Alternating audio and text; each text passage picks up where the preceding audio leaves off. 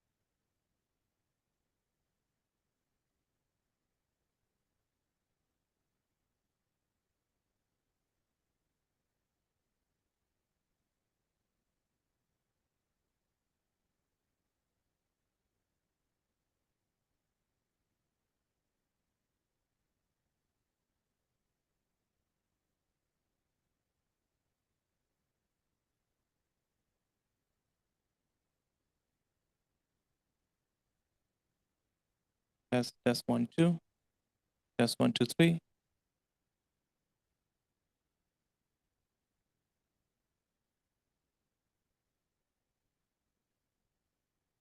Test 1, 2, 3. Hey, test 1, 2. Test 1, 2.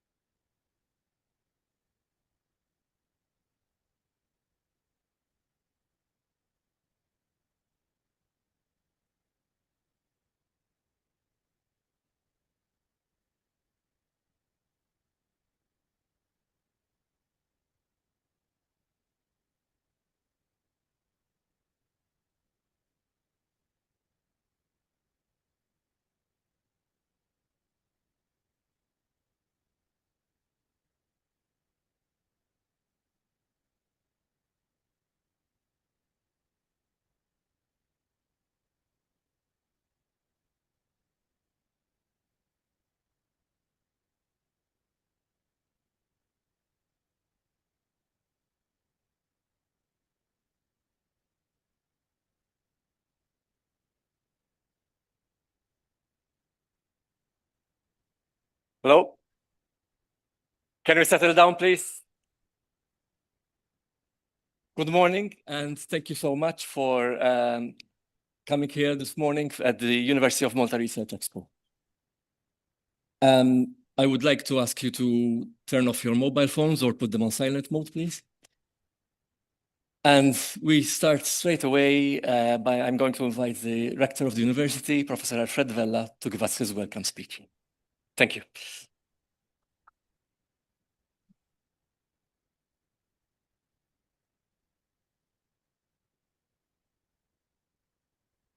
Good morning, all. Merhaba. I will stick to English because some of us in the room do not understand our language. Just before coming up here, I asked my colleague Nikki Vella, the director of the doctoral school, as to whether this UMRE was the second or the third one, because I've lost count. Time passes so quickly, and we almost start to kind of get used to doing things, except that this getting used to the Research Expo of the university is such a great situation, because only very few years ago we did not have it. And earlier than a few years ago, but not too many years ago, we couldn't have had it, because the university was largely seen as a teaching institution, however important teaching is to this and other universities. But we have turned that around, and we feel, even as I hope employees of the university, we feel that unless we are doing research, we are only justifying roughly a half of our salary, I would like to hope, because we are employed here as able individuals to do more than just teaching. And yes, we do research because it doesn't inform our teaching. But we also do research because it is in and of itself a good function and the necessary function and the defining function of a university. And we must continue holding these research expos because we want to keep in the public eye, the function, or at least one of the functions of this university, research. Because not so very long ago, we, as a nation, didn't really believe that we could do research. If you want to do research, man, go abroad. That was the stock reply from everyone, including educators. My old age is an advantage in this matter because I remember living the moment. If you want to do research, go abroad. By golly, we have turned that around. Today we have, let me get my statistics. I don't have a lot of time to spend because we need to keep to the time here. But I don't even need to look at this to tell you that we have 1,000 students doing research, half of them, actually a little less than half of that number, doing an MSc by research or an MA by research, as a bit more than half, over 520 something, doing PhDs. Last year, 77 doctorals were awarded. We used to kind of say, who knows when we will be able to generate 50 PhDs. I see my colleague, ex-rector Juanito Camilleri, talking about this aspiration for research. And we felt that 50 was perhaps a very big ambition. Well, we have exceeded that, and hopefully we will see, I don't know, 150 in a few years. We are employing 520 researchers, not academics, but researchers on a contract, including postdoc persons. So the research effort is burgeoning. In terms of money, and I guess money always gives you a feel. In terms of money, 55 million, a bit short of that, 54.7 million were spent last year. And for the size of our operation and also for the stage of maturity in terms of the research activity, I think that is a fairly interesting amount. We always try to keep even the small ventures going, the individuals who are doing research on projects that perhaps they are still toying around with, by supplying seed monies. And these seed amounts, which are small, but we have disbursed about 320,000 euro over 290 academics, which are interested in receiving these small amounts to see them through some analysis or inspection of something or whatever it is that they require to spend a tiny amount of money on. But beyond these seed funds, we have also awarded research excellence funds of 60K each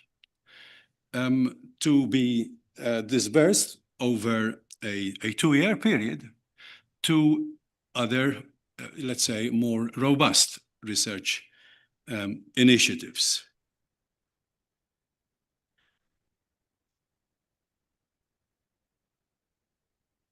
I think it is important to keep this wheel moving, because as I already indicated, it's part of our, is part of our DNA as a university.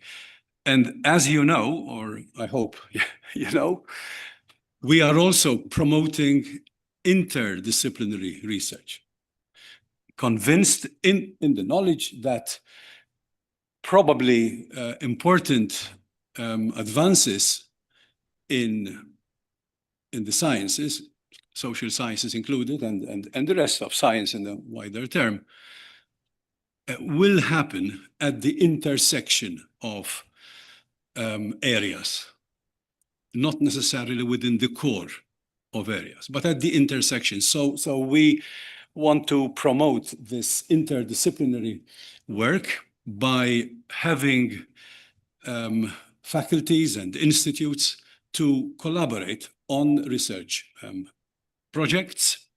And we have already awarded in this area the so-called research clusters, as we call them. Well, a number: the Poverty Research Observatory Malta, PROMISE, the acronym is PROMISE, which is championed by the Faculty for Social Wellbeing, but involves other entities, as I said. The Knowledge Discovery for Heritage Materials, dubbed Heritage, championed by the Built Environment Faculty. Faculty of Laws, with their Data Integrity and Stewardship cluster, DISC. And also the AI at research cluster, which is championed by the Faculty of ICT. And there are another 5 clusters in various stages of consideration. One already approved by Senate is going to Council shortly, championed by Max. So let's keep, as I say, this wheel turning. It's already turning not too slowly, but I would like to see it spinning. One last word, please. I know research is exciting. I know research tends to,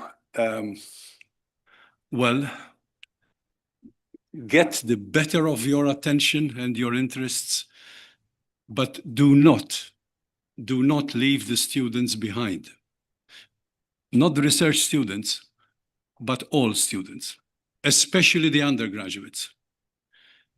In other words, let's do more and even better research, but not at the expense of abandoning the teaching mission, which is something that I think happens, especially in the bigger, more powerful university settings, where the researchers see teaching as a drab, as an obligation.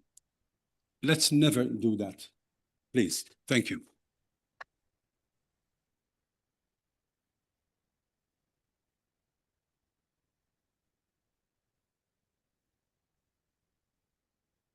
Thank you, Professor Vella, for those encouraging words. A few words from my end. This day sees the culmination of several months of preparation and intense coordination by the staff of the Expo organizing, scientific and coordination committees, who dedicated significant amounts of time to organize the event. The main objective of the Expo is to disseminate and promote the impressive spectrum of research activities that take place at the university through the work of our community of resident academics, researchers, and doctoral candidates. Very often, we researchers and academics get so deeply engrossed in our own project work that our other colleagues' equally exciting research initiatives are often overlooked or not given enough attention. The Research Expo provides a unique opportunity for our research community members to demonstrate what they're doing to a wider audience and to promote the interaction and the sharing of ideas through an open dialogue between researchers in various fields. The solutions to today's complex real-world challenges often lie at the intersection of various disciplines, as the director just mentioned a while ago. So this kind of activity encourages cross-fertilization of ideas and multidisciplinarity, which should lead to stronger and more effective results. Another important aim of the Expo is to provide an interactive platform for our doctoral candidates to publicly present and discuss their innovative contributions, which are expected to lead to a PhD degree. As in previous years, we are strongly encouraged by the keen interest and turnout for participation at this year's Expo. By the submission deadline, we had received 237 abstracts, so that's very positive. These abstracts were reviewed and evaluated by a 6-person scientific committee, leading to today's program that comprises 206 presentations in total. 93 of them are Expo presentations of 5 minutes duration each, 55 doctoral student presentations of 15 minutes duration, and 58 poster presentations. A look at the program, which is available on the website, shows that we're starting off very soon with the first Expo-type presentations that will be held in plenary right here. This sees a lineup of 6 academic presenters who were selected on the basis of the quality of the abstracts and also to cover a diverse spectrum of disciplines. This will be followed by the keynote address on mental health in academia, presented by Professor Stefan Moll from the Amsterdam Business School. And after that, we present the Outstanding Doctoral Thesis Awards to 2 of this year's PhD graduates, whose work stood out above the rest, one from the STEM area and the other from the social sciences and humanities. At around 10:55, we proceed to a networking coffee break, where you can also interact directly with the 6 plenary presenters from the previous session. At around 11:30, we start the parallel sessions, 11:25 to be exact, of the doctoral candidates. These will be taking place in 11 different rooms located as indicated in the program. Lunch will be served at 1:05 until 2:05, following which we proudly present a novelty at this year's Research Expo, which is a discussion panel of 5 experts on the topic of the challenges of AI for the university. The panel will be moderated by Professor Mario Aquilino. This will be followed by an hour dedicated to the poster session, where the poster presenters will also be in attendance. These posters are displayed in the theater located in the ground floor of this building. Coffee will also be served at the same time, but in the corridors just outside the theater. But please avoid bringing 5:25 p.m. We will have the last run of parallel sessions, this time for the expo format presentations from researchers and academics, also spread across 11 rooms as marked in the program. Finally, at 5:25, we gather back here for the final remarks to close the event. Another novelty at this year's Expo is the fact that we're live streaming all of the plenary sessions on social media, including this one at the moment. As in previous years, a couple of months after the Expo, we shall be issuing a special edition of the Think magazine with a select collection of articles based on some of today's presentations.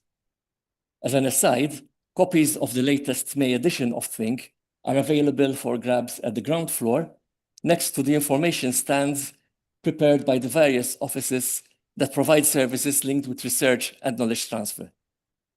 I encourage you to visit these stands and also remind you to fill in the questionnaire that was sent out last week on the services provided by these offices. We greatly appreciate your feedback for improvement. Before ending, I take this opportunity to thank the Parliamentary Secretary, Keith Atsapordi-Tanti, for supporting this year's Research Expo. I also thank Professor Moll for kindly accepting to deliver the keynote address. Thank you also to the Research Support Services Directorate, the Marketing, Communications and Alumni Office, the Conferences and Events Unit, and the Doctoral School, who provided essential administrative support and human resources for the organization of this event. Special thanks go to all the members on the Expo Organizing Committee and the event coordinator, whose names are listed in the PDF version of the Book of Abstracts available from the webpage. Without your unwavering dedication and support, this Expo would not have been possible. So thank you for that. And finally, I also thank the members on the Scientific Committee, also listed in the Book of Abstracts, who patiently and carefully reviewed all the submissions. I thank the several colleagues who kindly accepted my invitation to chair the oral sessions this morning and in the afternoon, the experts on the discussion panel, the helpers who volunteered to assist with today's logistics, and of course, all those who shall be presenting their work today for enthusiastically sharing your research initiatives and activities with us. I also thank all of you gathered here this morning. Participation in the Expo invariably garners exceptional interest, necessitating, regrettably, that we have to constrain the pool of potential applicants due to the inevitable physical and logistical limitations on the number of attendees that can be accommodated.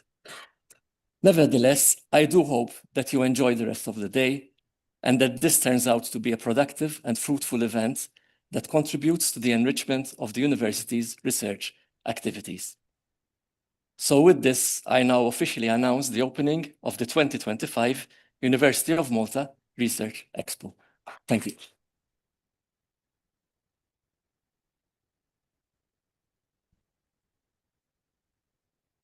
Okay, we're exactly on time, so that's very good. So we start the plenary session for the 6 presenters that I mentioned a while ago. And I would like to invite the first speaker, Professor Adrian Mario Gellel from the Faculty of Education, on the podium. Thank you.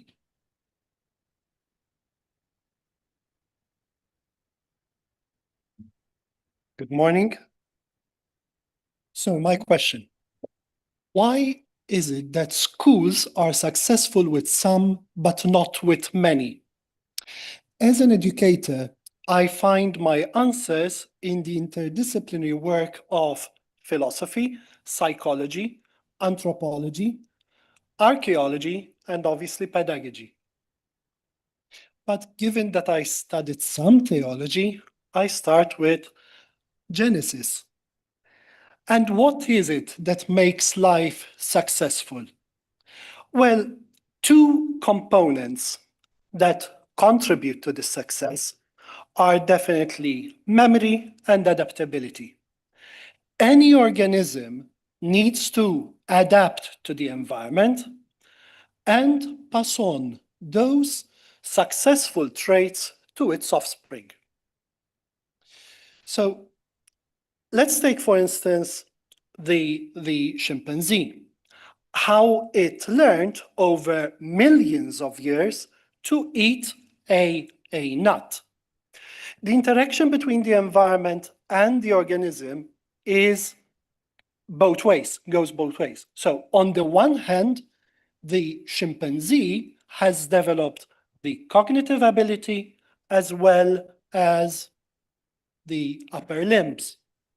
But the environment offers a stone and a flat surface that allows it to break the nut and eat it. The affordance provided by the environment is not for any organism, so the same environment will not be available, say, for an elephant. Our ancestors quickly learned that they can modify the environment to their own advantage, moving from tools to weapons to structures to ugly structures.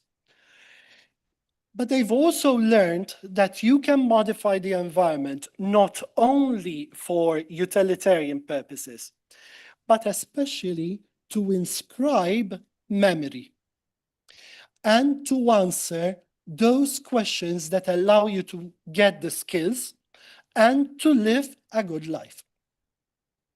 So over the millennia, we have amassed an infinity of artifacts that provide cognitive, affective, as well as physical affordances. I'm going to show you an example. You need to turn this on for me because it's not moving. Okay. All right. So this is forgotten by many. There is a painting, a 17th century painting by Mattia Preti at Dimdina Cathedral,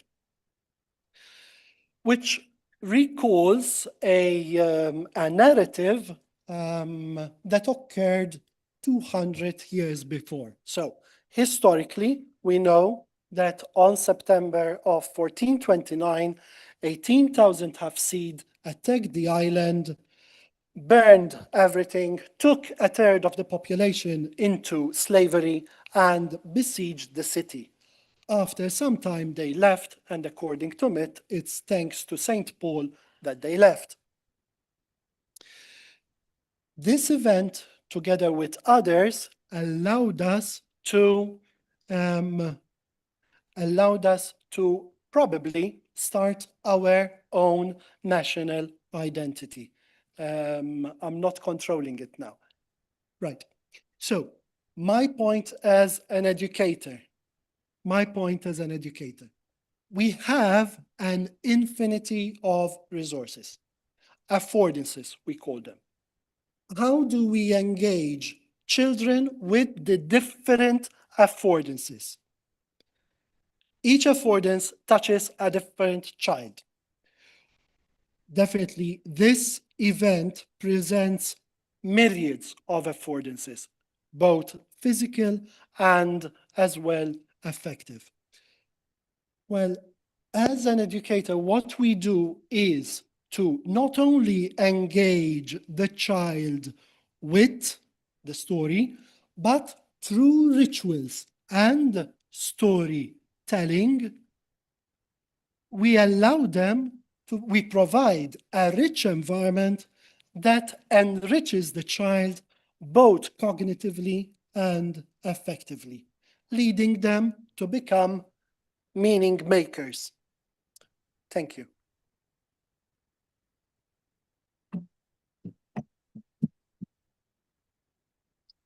Thank you. Thank you, Adrian. We have time for a few questions. So any questions from the audience?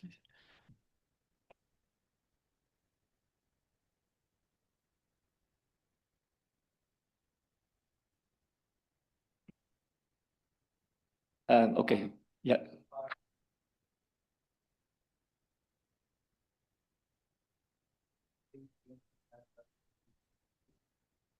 Well, definitely, I'm not a historian. What the medievalists tell us is that between the late 1300s and the end of the 15th century, there were a number of events, mainly the rights for the people to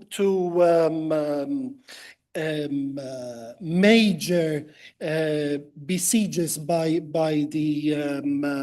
pirates and corsairs that took a third of the population. So there's trauma. You have the first Maltese language written, and we also have in 1450, for the first time, we are called Nazione Maltesis in Sicily. So yes, there is, because probably of autonomy, we get, and there's a number of art that is increasing. So it seems that that is a very important time in our history.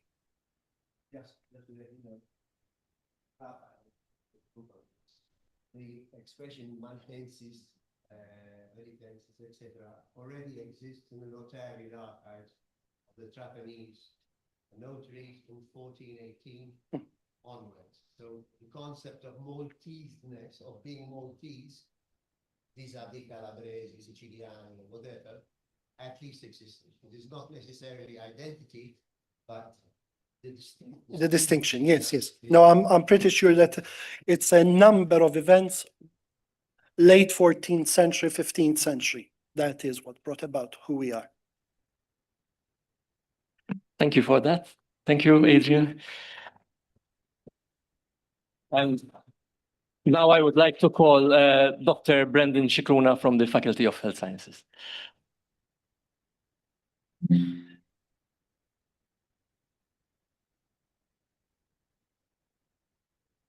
Good morning. Pleasure to be here, and thank you for having me. So from education to sepsis, or as we know, it is the syndrome of infection that is complicated by lethal organ dysfunction and failure. So far, up until the pandemic, 20% of global deaths can be attributed to sepsis. It is a devastating disease, and not only in the acute phase of it, but luckily enough, advances in medicine have also enabled a lot of patients to survive critical care. However, they keep on suffering from long-term complications such as cognitive decline, edema, and also immune dysfunction. Insofar, we have gathered a lot of evidence with respect to the potential mechanisms underlying sepsis pathophysiology, going from the inflammatory response to coagulation disturbances, complement activation that goes haywire. And insofar, all of these have not as yet resulted in a clinical trial that was successful. No specific drug exists that has been approved to specifically treat sepsis. The major obstacle that we face is heterogeneity. As we look around, we're all different. And we're not only different in the way we look, but we're also different in our molecular physiologies. We all have our stories to tell, be it in the surface, but also at the molecular level. What we're trying to do here is we are leveraging on advances in technology that include, For example, next generation sequencing that has enabled massively parallel analyses of large cohorts of patients. We're looking at genetics, we're looking at transcriptomics. Essentially, we are dissecting the host response at each and every layer, but hopefully we can find a causal determinant of this devastating disease. And as we hear, we have now AI, large language models in particular, that were released upon us. Some think it's to our detriment, and others think, like myself, that we can use it as a benefit. And in particular, in making sense out of our clinicians' free text. And I must say that our critical care physicians, anesthetists, intensivists are faced with quite a demanding task. They are faced with a level of unprecedented uncertainty, and they have to take decisions extremely quick. We can all appreciate that the pandemic, where a small bug has literally brought the world to its knees. And this is what we want to try and avoid as well. Several approaches have been used to identify patients who may benefit from specific treatments. And we can all understand that there are several treatments, in particular antibodies, that can be used to treat patients. However, we do not yet know who will benefit or who will be harmed. And a lot of groups throughout the world have used genetics, transcriptomics, clinical data, and also protein levels to identify these patient subgroups. And as you can see from this busy slide, it's a lot of entities, a lot of different approaches, but none are common ground. So here we hypothesized in this study that we can actually level the playing field, so to speak, and identifying sepsis patients through bulk and also single cell resolution studies. To do so, we've gathered a large cohort of patients from 2 major continents and also from collaborators in Stanford, California, the Netherlands, in Amsterdam, and also in Uganda. We've identified 3 different subtypes of patients admitted to our ICUs. And these 3 subtypes of patients do have clinical implications, where we can identify one particular subtype that is at highest risk of mortality. This is ICU mortality, but we've also looked at 28 days and up to 1 year follow-up. What we've done next was we asked the question, we do have clinical implications, but can this help us treat patients? And one of the treatments that is often prescribed to patients are corticosteroids. In fact, we can see, just looking at the overall picture in terms of corticosteroid treatment in these patients, that there are differences in prescription here, where CTS1 and 2 are particularly highly enriched for corticosteroid prescriptions. What was striking to us was that CTS1 and CTS2 assigned patients prescribed corticosteroids turn high risk.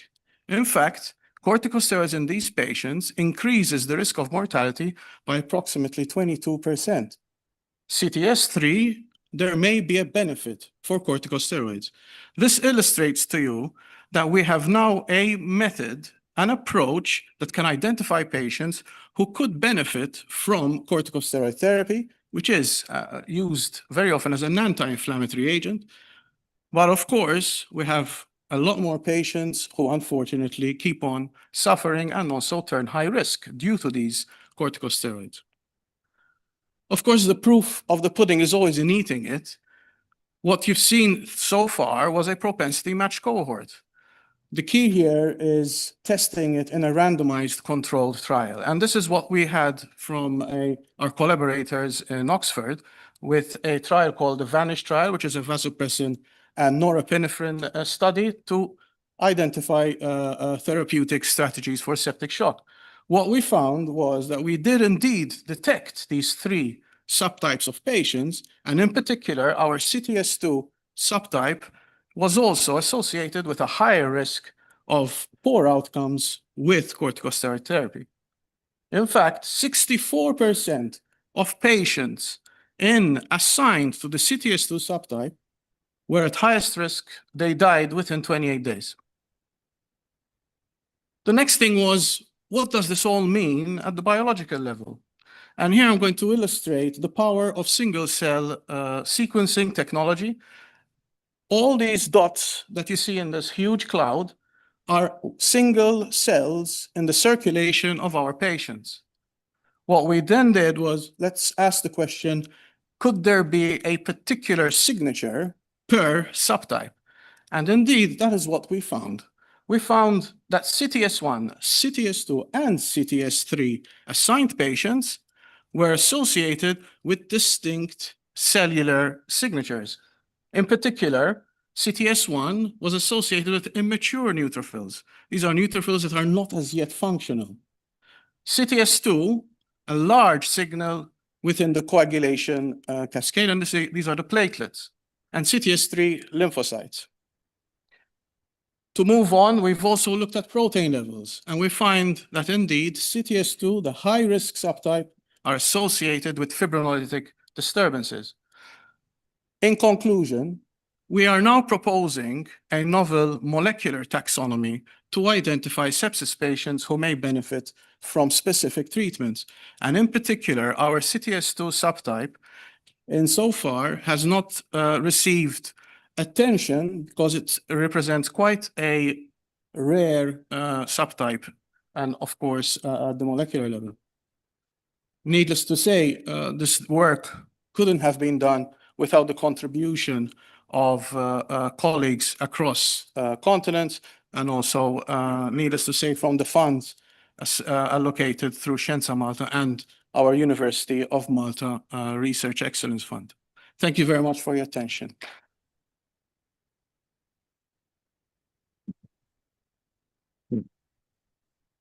We have time for one very quick, short question. Yep.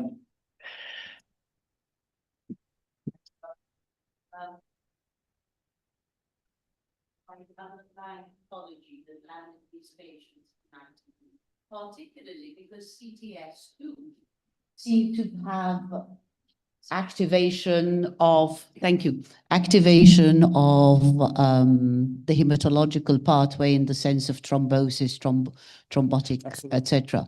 So that would be did you find any correlation? Great question. There is no correlation with respect to the primary site of infection.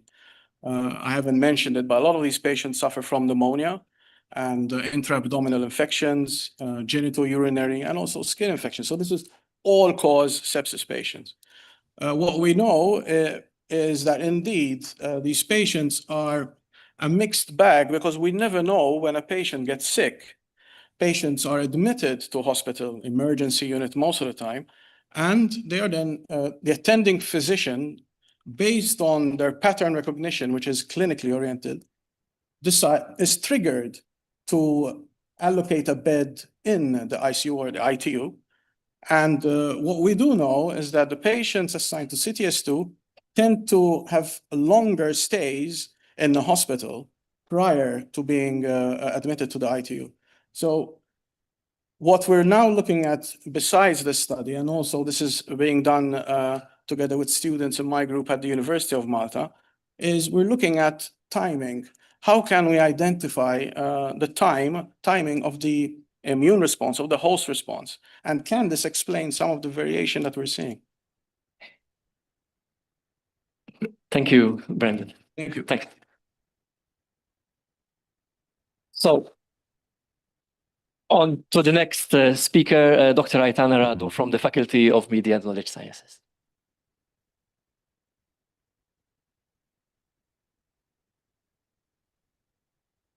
Good morning.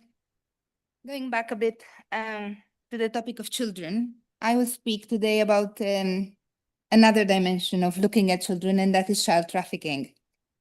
Every year, I think in Europe, the estimate is that around 140,000 individuals are victims of trafficking, out of which 20% would be children, mostly girls.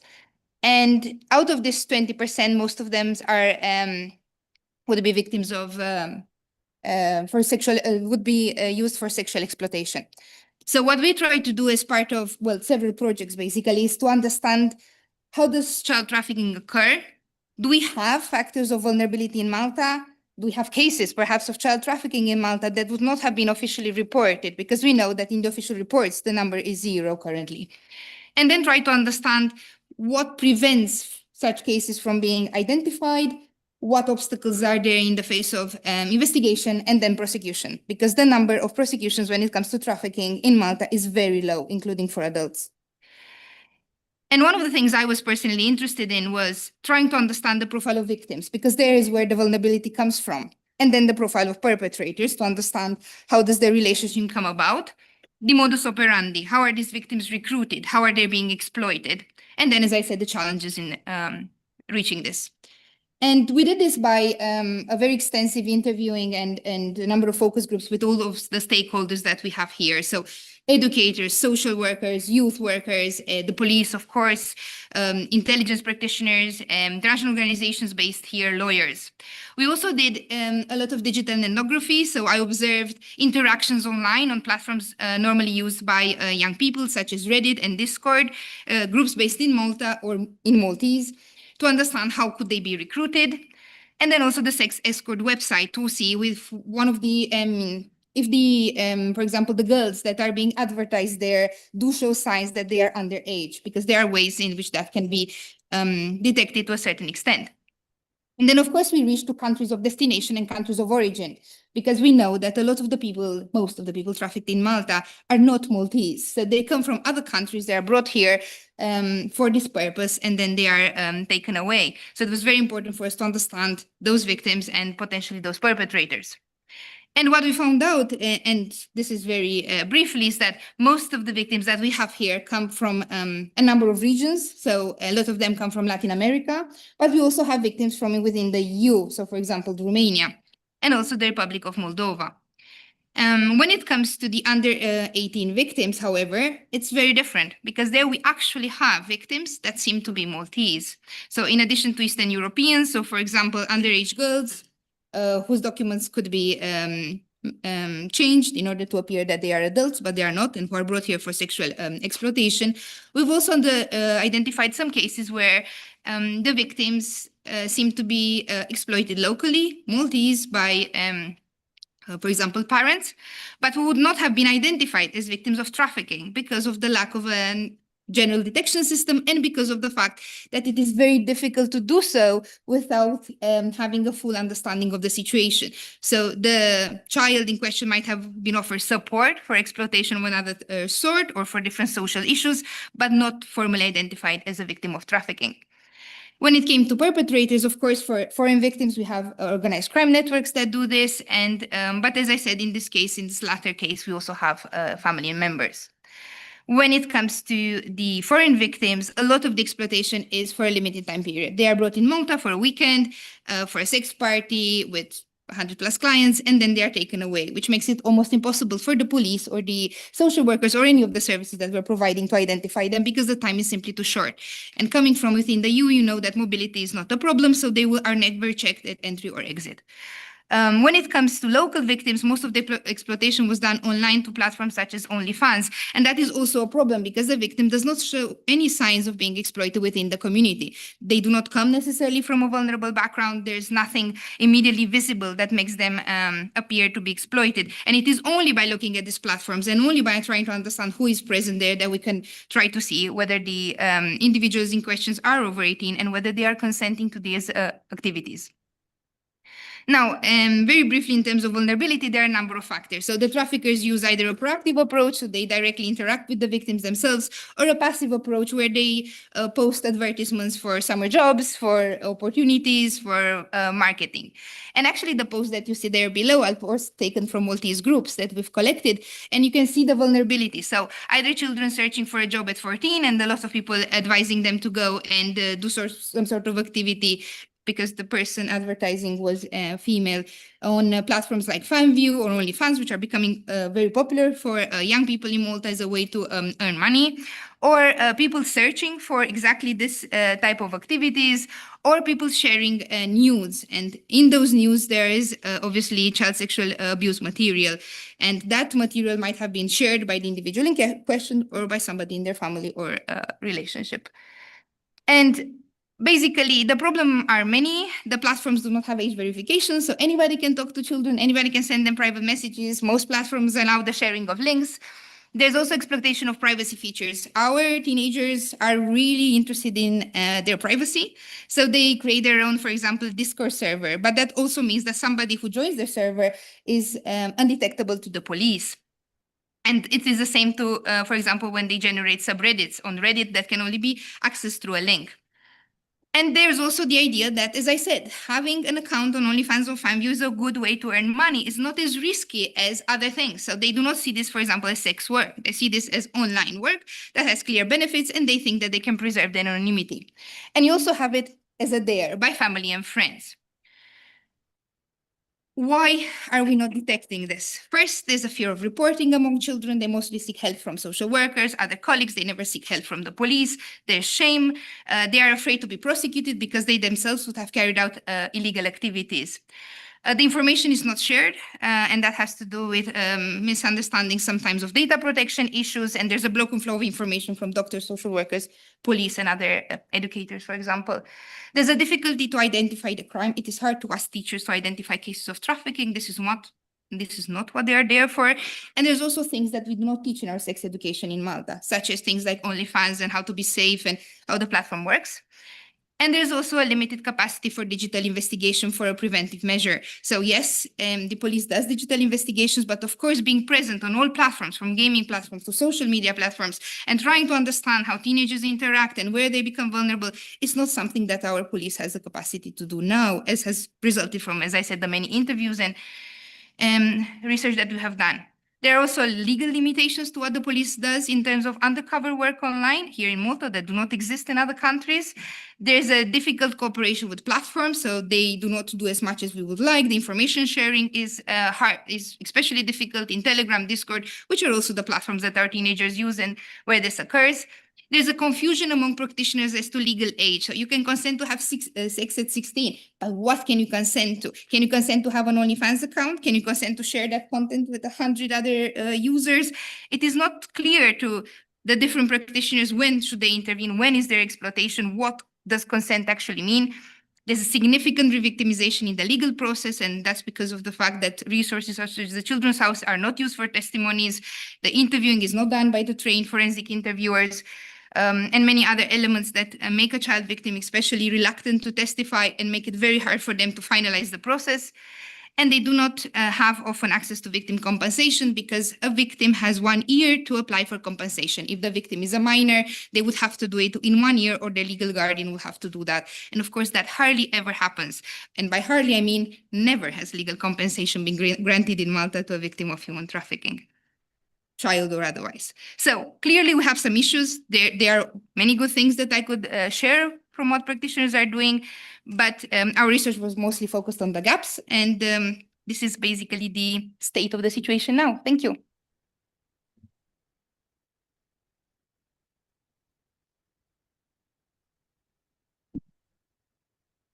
Any quick question?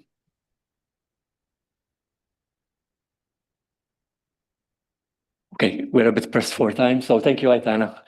Of course, if you want to interact with Aitana later on, you can do that.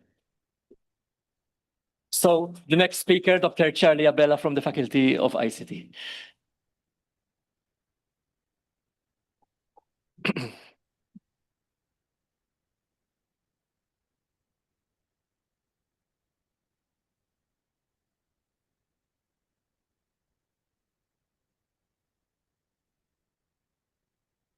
Good morning. I'm very excited this morning to be here to talk to you about this new initiative, new project, interdisciplinary project, which is called Notarypedia, a knowledge management platform. So there's AI involved, but there's also a lot of humanities involved in this project. It's a pretty much interdisciplinary project. And together with me from the Notarial Archives Foundation, which is one of the main contributors here, Dr. Jonah Bela, who is president of the Notarial Archives Foundation, and Ms. Charlene Allul, who is the chief knowledge officer of the same foundation. The archives, mind you, are just across the road from the university. All right, so if you need to pop in, it's an impressive museum that they are building, and where to look. So, what do we intend to do in this project which has just started?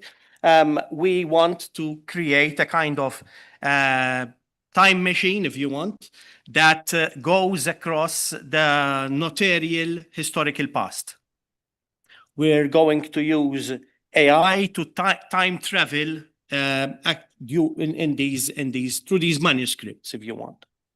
Okay, trying to bring out the information that is logged in these manuscripts.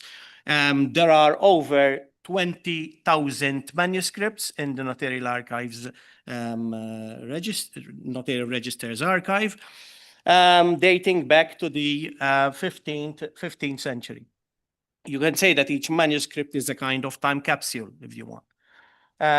But like many archives, there is still this idea that archives are there to be visited, at least locally, but the information that is enclosed in these archives needs to be made available through more expedited technological advances. Okay, so that people can search through the knowledge that is encapsulated in these manuscripts. And so the Notaripedia vision that started in 2018, this was a project, a 2-year project that attracted also the attention of the Council of Notariates of the EU, and we were awarded the prize for innovation for that prototype. And obviously, we are going to build on that. So this platform goes beyond digitization. We're not just digitizing, that is making digital copies of the content of these manuscripts. We want to go beyond. We want to extract the information from these archives, from these manuscripts. Okay, transforming and trying to extract the handwritten content and making use of that in different ways. So what are we essentially aiming to do in this 3-year project? We're trying to weave the past and the future together. We want to create an automatic transcription tool. The majority of these manuscripts are written in Latin, but there are other languages involved. So we are going to predominantly in this point in time focus on transcribing of Latin. We're obviously going to leverage on expertise from the Notarial Archives Foundation, historians, paleographers that will help us build the data that will be then fed to different machine learning and large language models that we want to make use of. We obviously want to also link the data together. So we are extracting information related to entities like people, like places, locations. And mind you, if you're looking for a location that in a manuscript of the 1500s, you might not find the exact name that we obviously are accustomed to use today. Like Birkirkara most probably could have been something totally different way back when. So there are several challenges, but we want to overcome these using artificial intelligence and effectively mapping the information that we manage to extract into a knowledge structure. So this knowledge structure would be the backbone of Notaripedia, and it will allow researchers and the general public to obviously search through this large amount of information. why is this important? Also from a very practical point of view, now that the archives have their own museum, researchers at times visit the archives with specific questions. For instance, I mean, the most typical might be for someone to ask for information related to a contract that was established by two parties in a particular point in time. But that's very typical of a notarial document, right? But what if the researcher is interested in something like the history of winemaking in Malta? Where do you start to search within the archives, within those manuscripts? And then there's this aspect of conservation that we want to obviously support with our technology. We don't want these manuscripts to keep on being handled so that researchers keep trying to find this information. We need to reduce that element. Okay, so we want to effectively be able to bring together. So as I said, historians, paleographers, but also linguists, people from the computer science realm, people from the AI realm, because we also want to be able to have this possibility to innovate. Because as previous speakers said before me, the intersection between the interdisciplinary areas could potentially lead to innovation.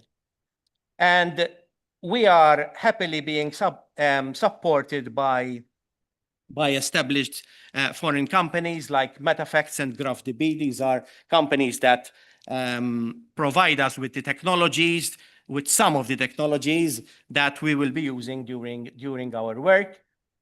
And so, yes, I invite you to talk to us, to reach out to, because mind you, although I am, this project is related to the extraction of information from notarial documents, the same approach could be adapted easily to other domains, including the medical domain and other domains as well.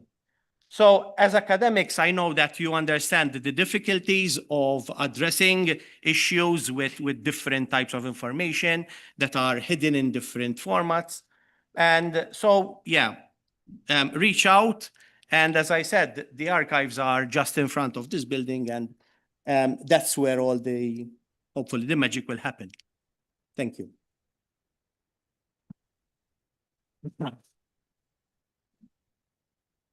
Thank you, Charlie. Any questions, please, from the audience? Yep. Yes, there's one question over there. So thank you for a very interesting presentation. Are you at a stage where one of the challenges that you've addressed, which is the difficulty in deciphering both handwriting and languages, are you at a stage where you have a satisfactory validation rate, false positives? Where are you yet? Or is that part of the pleasures yet to come? Yeah, exactly. We started this phase in Notaripedia earlier this year. So we're in the initial phases, and therefore we are in the exploratory phases. We're investigating different technologies already, including very recent technologies based on large language models, so VLLMs as well. So we are still kind of exploring and investigating the areas.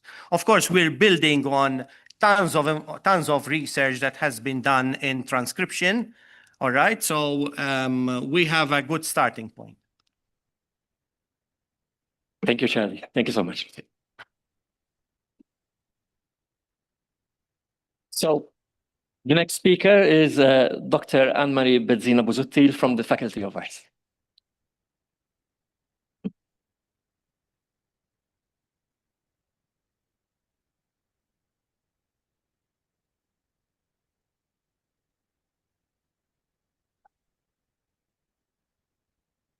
Good morning. The research that I am talking about is in a work in progress stage, and it is about a comparative approach of a discourse analysis of laypersons' reactions to environment-related articles on online media.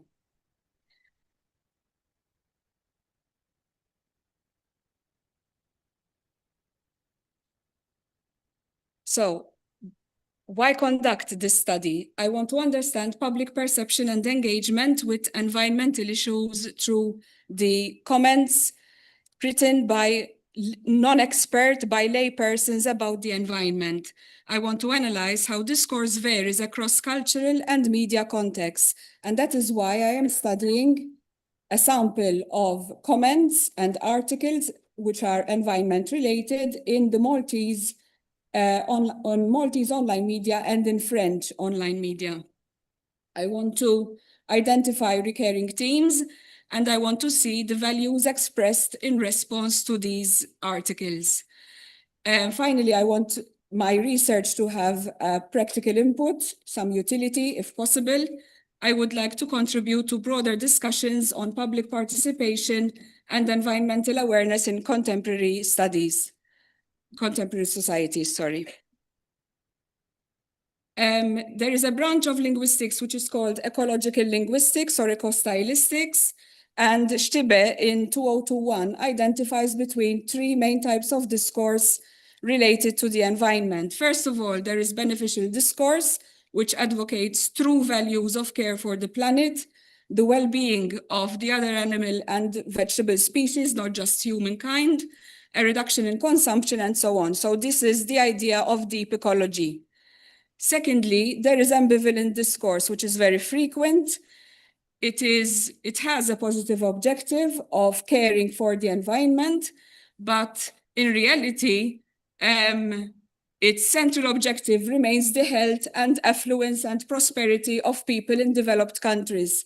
So this leads us to a notion of shallow ecology.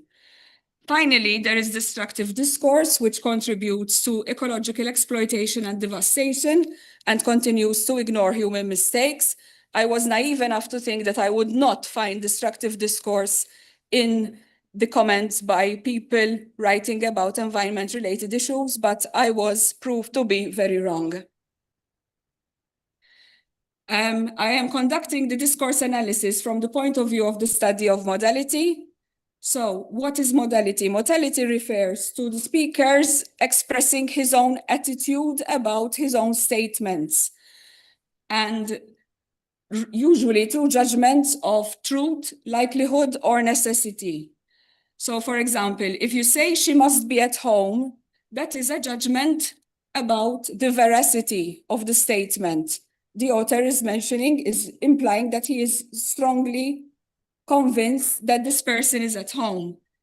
If we have a sentence like you should recycle more, then you have the idea of a moral obligation, a necessity. And again, if you have a sentence like they have to act now, it's another judgment on necessity. And we study different linguistic means in order to be able to conduct a study from the point of view of modality. Therefore, the author expressing his own judgments about what he is saying.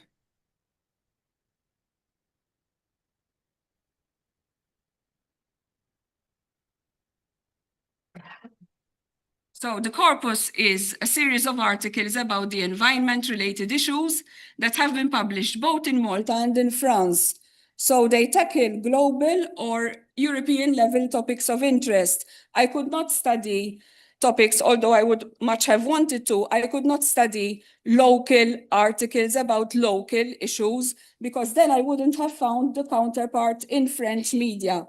So for example, the types of articles that I found, which appear both in the Maltese and the French context, are about, for example, the reduction in the protection for wolves, for example. That was dealt with both in Malta and in France.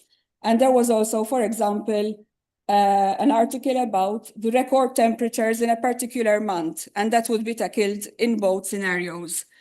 And I'm studying the articles themselves and the comments, especially by the readers in Malta and in France. My research methods include laborious manual identification of these articles and topics, which have been dealt with by journalists in both contexts, in the French and Maltese contexts. I am entering details about the comments and the comments themselves in a CSV file. There are no ethical issues to use published comments, although I am applying anonymization of the authors. And I plan to use a natural language processing tool such as Sketch Engine to facilitate corpus analysis through identification of keywords, collocation, study of collocation, words which go together, and so on. This is a small sample of a text that I studied from the point of view of modality. The article comes from the Times of Malta. It's about a local issue, this one. So it's not in the corpus that I'm using for my actual study. This is just a small sample to show you how I'm conducting discourse analysis from the point of view of modality. So the article was called It's Now or Never. Kamra tal-Periti proposes three-field park alternative to Msida flyover, and Infrastructure Malta says, no, it's too late. So that is the comment by the person who reacted to the article. No, it is not too late, exclamation mark. IM need to ditch their current strategy and have a long-term vision that prioritizes alternative modes of transport and the well-being of residents, instead of widening roads and building flyovers in the false hope that this will reduce traffic. Time and time again, we have seen that the current strategy does not work. So modalization, expression of the author's own judgments about his statements, is happening, for example, through the emphasis of the negative polarity. No, it is not too late. He's stressing that veracity, that no, it is not too late. Through the punctuation, exclamation mark, through the use of the adjective false hope, through semantically loaded vocabulary like IM need to ditch their strategy, the expression time and time again, and there is modalization through other means. For example, the use of the pronoun we, where the author is including themselves in a collective category to bear witness of their statement in a judgment of veracity. We have seen that the current strategy does not work. What type of environmental discourse would this be? I consider it as an ambivalent discourse because the point of view, although it is in favor of the environment, remains first and foremost the benefit of the residents through expressions like to prioritize alternative modes of transport, the well-being of residents, and to reduce traffic. So it's about the comfort of the people. I finish with some expected outcomes of my study. So I think that I should mostly find ambivalent texts from the general public with some beneficial and some destructive discourses. So beneficial from the environmentalists and destructive discourses from categories like hunters, breeders, farmers, and so on. I think that political influence might sometimes eclipse or bias judgments. In Malta, it could be partisan politics, whereas in France, I'm finding a lot of anti-EU sentiment. I hope and I think that as an outcome, we will see the need to step up education, enforcement, and public involvement through rewards, perhaps through publicity of good practice, and through the infiltration of sustainability, more infiltration of it in the curriculum. Investigation of the French context will tell me what are the main French laypersons' environmental stances. I'm finding heavy lobbying by the farmers, which is something that doesn't exist in Malta on the same scale. And they have extreme viewpoints. I was struck to find this word. So écolo means ecologist in familiar French, and it is used very much even in the press by people, by journalists too. It was turned to escolo. Now, escroc means a crook or a swindler.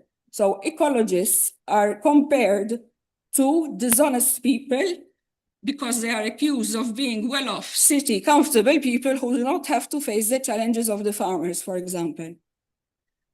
And I want my research to lead to dissemination through TV programs, through liaison with WasteServe, maybe ERA and the Education Directorate, so that it can hopefully contribute to changing environmental culture where it is needed. Thank you.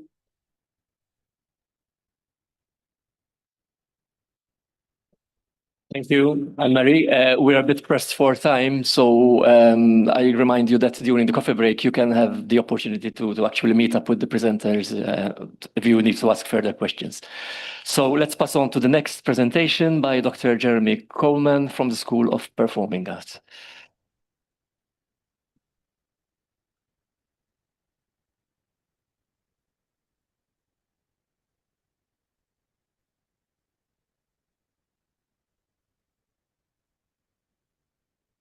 Okay, good morning. Firstly, my sincere thanks to the Scientific Committee for the invitation to present my work in this plenary session, and I'm also honoured to represent the School of Performing Arts at today's Expo.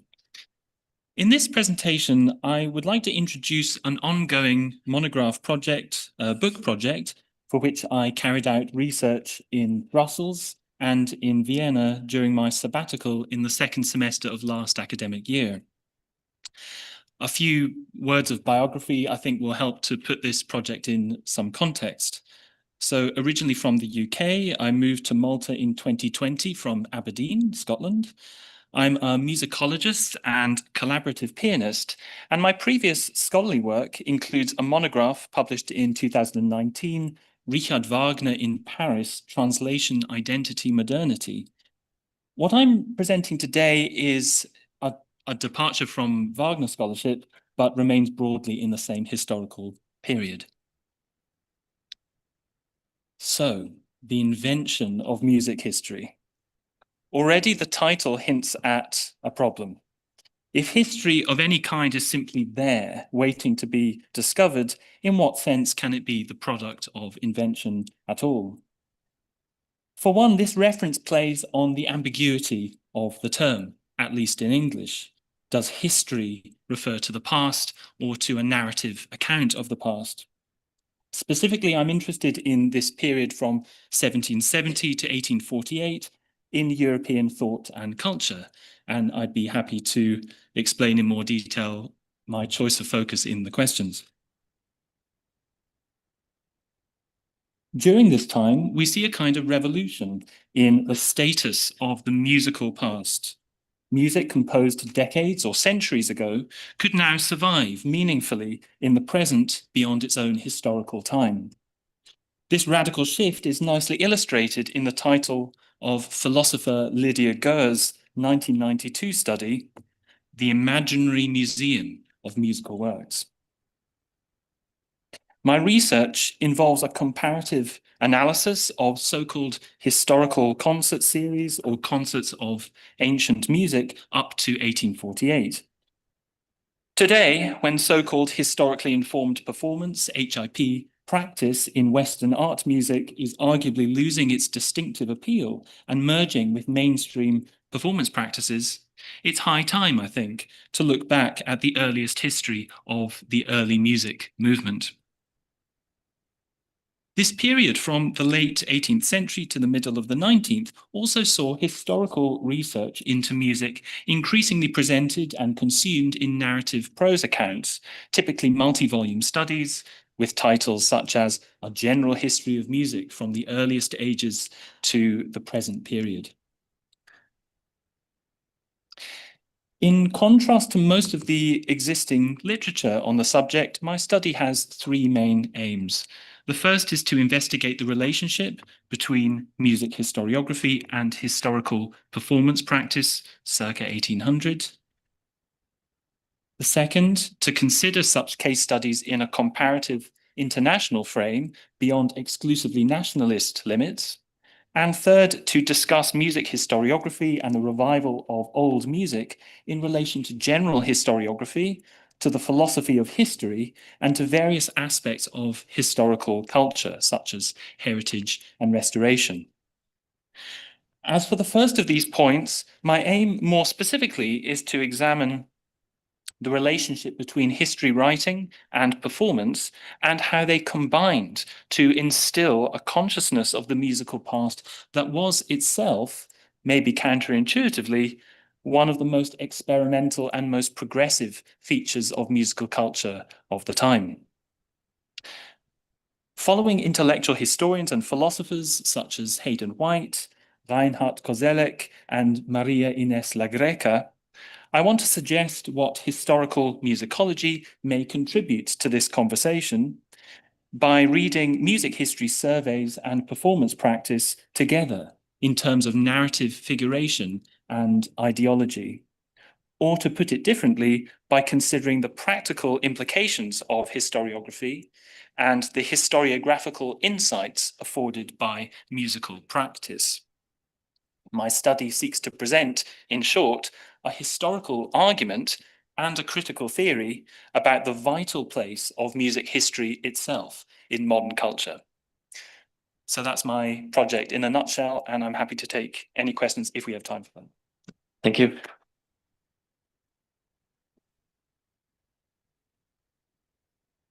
Any questions for Dr. Coleman, please? Yes, there's one over there. Sorry. How are you assessing performance? I mean, what are your sources in particular? Thank you. So in the first place, I mean, there are various sources to draw on here, historical sources, of course, because of the time period I'm investigating. In the first place, it's things like concert programs, sources like concert programs, also reviews of concerts, but also the memoirs, biographies, autobiographies, and testimonies of some of these concert organizers. So the Belgian musicologist Fétis, for example, he not only promoted and organized these concerts, but he wrote about them in his own journal. So he was very active self-promoter. And also Mendelssohn, Felix Mendelssohn Bartholdy, who writes in his letters a lot about the concert. So this gives us further information beyond the published programs. Okay, I see there's another question from upstairs, so we are able to take that, please. Hello. Thank you. Very interesting. I was curious because you mentioned concert music. Would you consider, or what about research related to war chants? Because there's quite a lot of documented history. So rather than music, or is it included as one whole, all sorts of music? Or is this focusing just on recreational music, like concerts? Are war chants included? Yes, that's interesting. I'd like to hear more from you, perhaps, about war chants. That's not something that's not something a category I've thought about. I mean, one could also write a study about popular music and folk music and attempts to revive this. But I'm specifically interested in what was being figured at this time as art music, which is a very problematic category because a lot of this was socially functional music or liturgical music, but it was being presented in the supposedly neutral space of a modern concert hall. So no, I think I'm specifically interested in art music, but that's I'd be happy to hear more from you about that. Thank you, Jeremy. Thank you so much.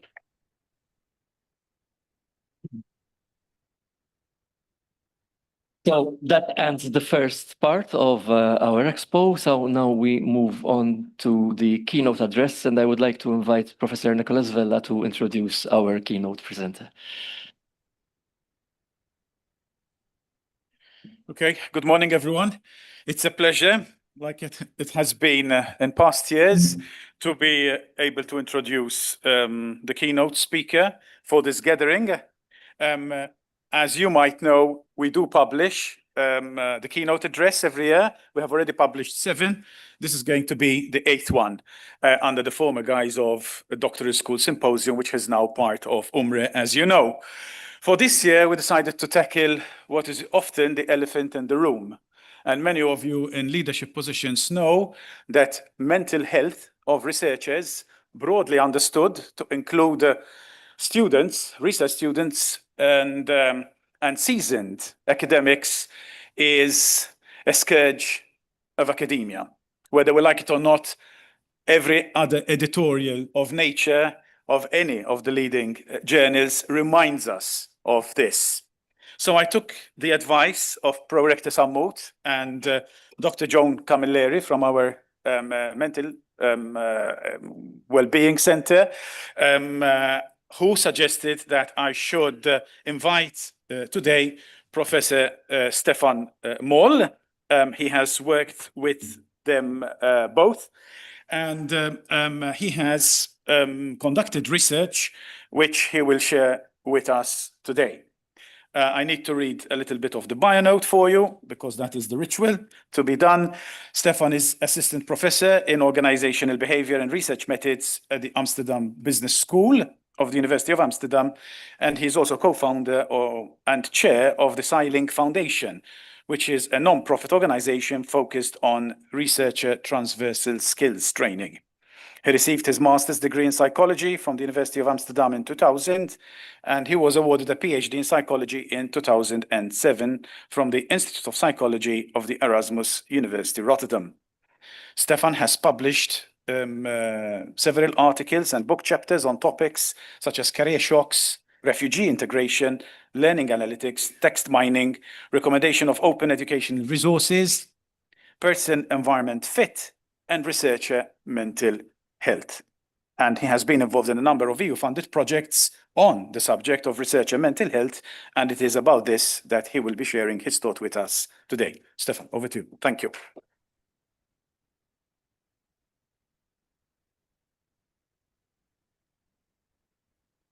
Good morning, everyone. Thank you, Nick, for your kind introduction. It's an honor to be here at the University of Malta to tell you a little bit about a project that lies close to my heart and that I've been working on for a number of years now. Actually, it started basically from personal experience. So I noticed in my own career that it was considered normal to be working in the weekends, normal to be working late at night. And this normalization of being under constant stress and duress, if you will, is something that I would like to do something about. I was also at a session some years ago of the Future of Work and Organizational Psychology movement, which is a group of work and organizational psychologists, where we put mental health on the agenda. And this session really, sorry about that. This session had a big impact on me because it was people sharing personal stories. And in this conference session, at some point, there were people crying, and it was quite intense. So that sort of led me into this interest to get looking at research on mental health. So the first thing we did as this FOVO movement is we put out this manifesto in which we basically recognized our own role in this and our own role in improving things. So in this manifesto, we put out many of the responsibilities that we as researchers have, not only towards ourselves, but also towards or in our role as supervisors, mentors, and also towards the people we manage indeed. I have to pace myself a little bit because I could talk for hours about this, but I realize time is limited. So in 2020, we landed this cost action, which is a European funding vehicle that's basically aimed at bringing researchers together to look into specific phenomena. We chose researcher mental health And as part of this cost action, we set ourselves the ambition of basically putting together the largest ever European benchmark of mental health in academia. And we put a date on that. What did we want to accomplish with this study? Well, we had a couple of scenarios in mind. First and foremost, we wanted to basically document the mental health crisis, as you know, or as it's been referred to in the extant literature. We also became interested in what institutions are doing there where it comes to research on mental health, to supporting their employees in basically living a fulfilling life without burnouts and all the adverse consequences of poor mental health, if you will.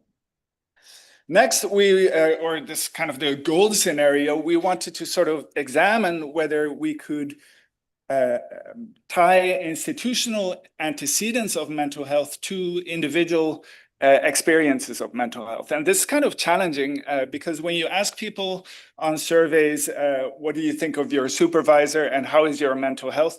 There's always this reverse causality explanation, right? So that people who are very depressed will blame their supervisor. And so it's very difficult to basically tease out these causal effects. So what we specifically had in mind with this study is to carry out a so-called multi-level study in which we compartmentalize the variance in mental health to the individual level, the institutional level, and even the country level by basically averaging mental health of people that reside within institutions to the institutional level, and then examining cross-institutional differences in those averages and the antecedents of mental health at that level. So I'll be talking a little bit more about that as we go along. So this project, so you should very much consider me to be a messenger. There were over 100, I think we lost count, but over 100 people involved in the process of hypothesis development, survey construction, data collection across all we have more than 30 European countries in this survey. So it was absolutely a massive effort of many volunteers. So there's a shout out to everybody who made this happen. We also pre-registered our hypotheses, and there was also considerable work in ensuring that the data would be protected because under the GDPR, mental health data are amongst the most sensitive data that one can collect. As it turns out, we kind of shot ourselves in the foot because the data host is now making it difficult for us to run the analyses that we had originally envisaged, but I'm sure those issues can be resolved. And clearly our obligation is first and foremost to the respondents to make sure that their privacy and anonymity is protected. So as said, we pre-registered our hypotheses. So we had this expectation that there is significant variability in mental health, not only between individuals, so that some people are very healthy, other people are less healthy, but also between institutions, so that you can find institutions where on average people are doing better or worse as compared with other institutions. And we also had a hypothesis at the country level where we expect to see country level differences in mental health due to factors such as cultural factors, such as power distance, but also investment in academia and things of that nature. And then we had a whole series of hypotheses that we're in the process of testing. So the survey also led us into some difficulties there where it came to the space that we wanted to devote to actually assessing mental health and the space that we wanted to devote to assessing the antecedents of mental health. On surveys, there's always a limited number of questions that one can ask of respondents. We thought that 15 minutes would be appropriate. So we included all sorts of factors related to the outcomes, both in terms of well-being and ill health, if you will.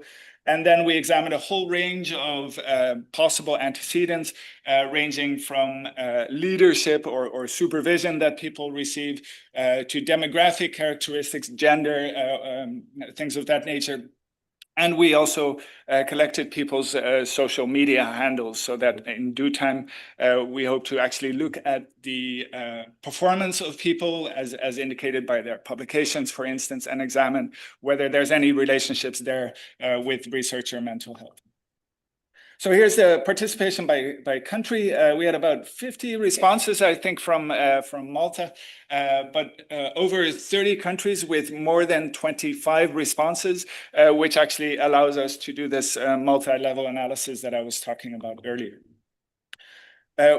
Most people chose to complete the survey in English, but we also had the survey available in other languages, and we see some responses there.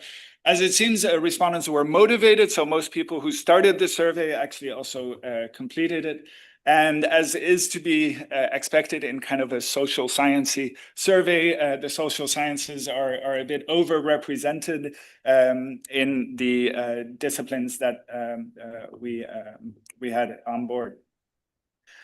The demographics, females are slightly overrepresented, and we see that there's more young people actually completing this survey than more senior people. But by and large, we see a nice spread. So I think there too we'll be able to run some interesting analyses as to whether mental health improves with age, perhaps, and I have some statistics that actually point in that direction. And again, across the different researcher roles, we also see a nice spread. So here are some of the key findings, and these are not a surprise to me, but I think they are quite shocking when you look at this. So these are the people exhibiting severe or extremely severe symptoms of depression, anxiety, stress, burnout, and poor well-being.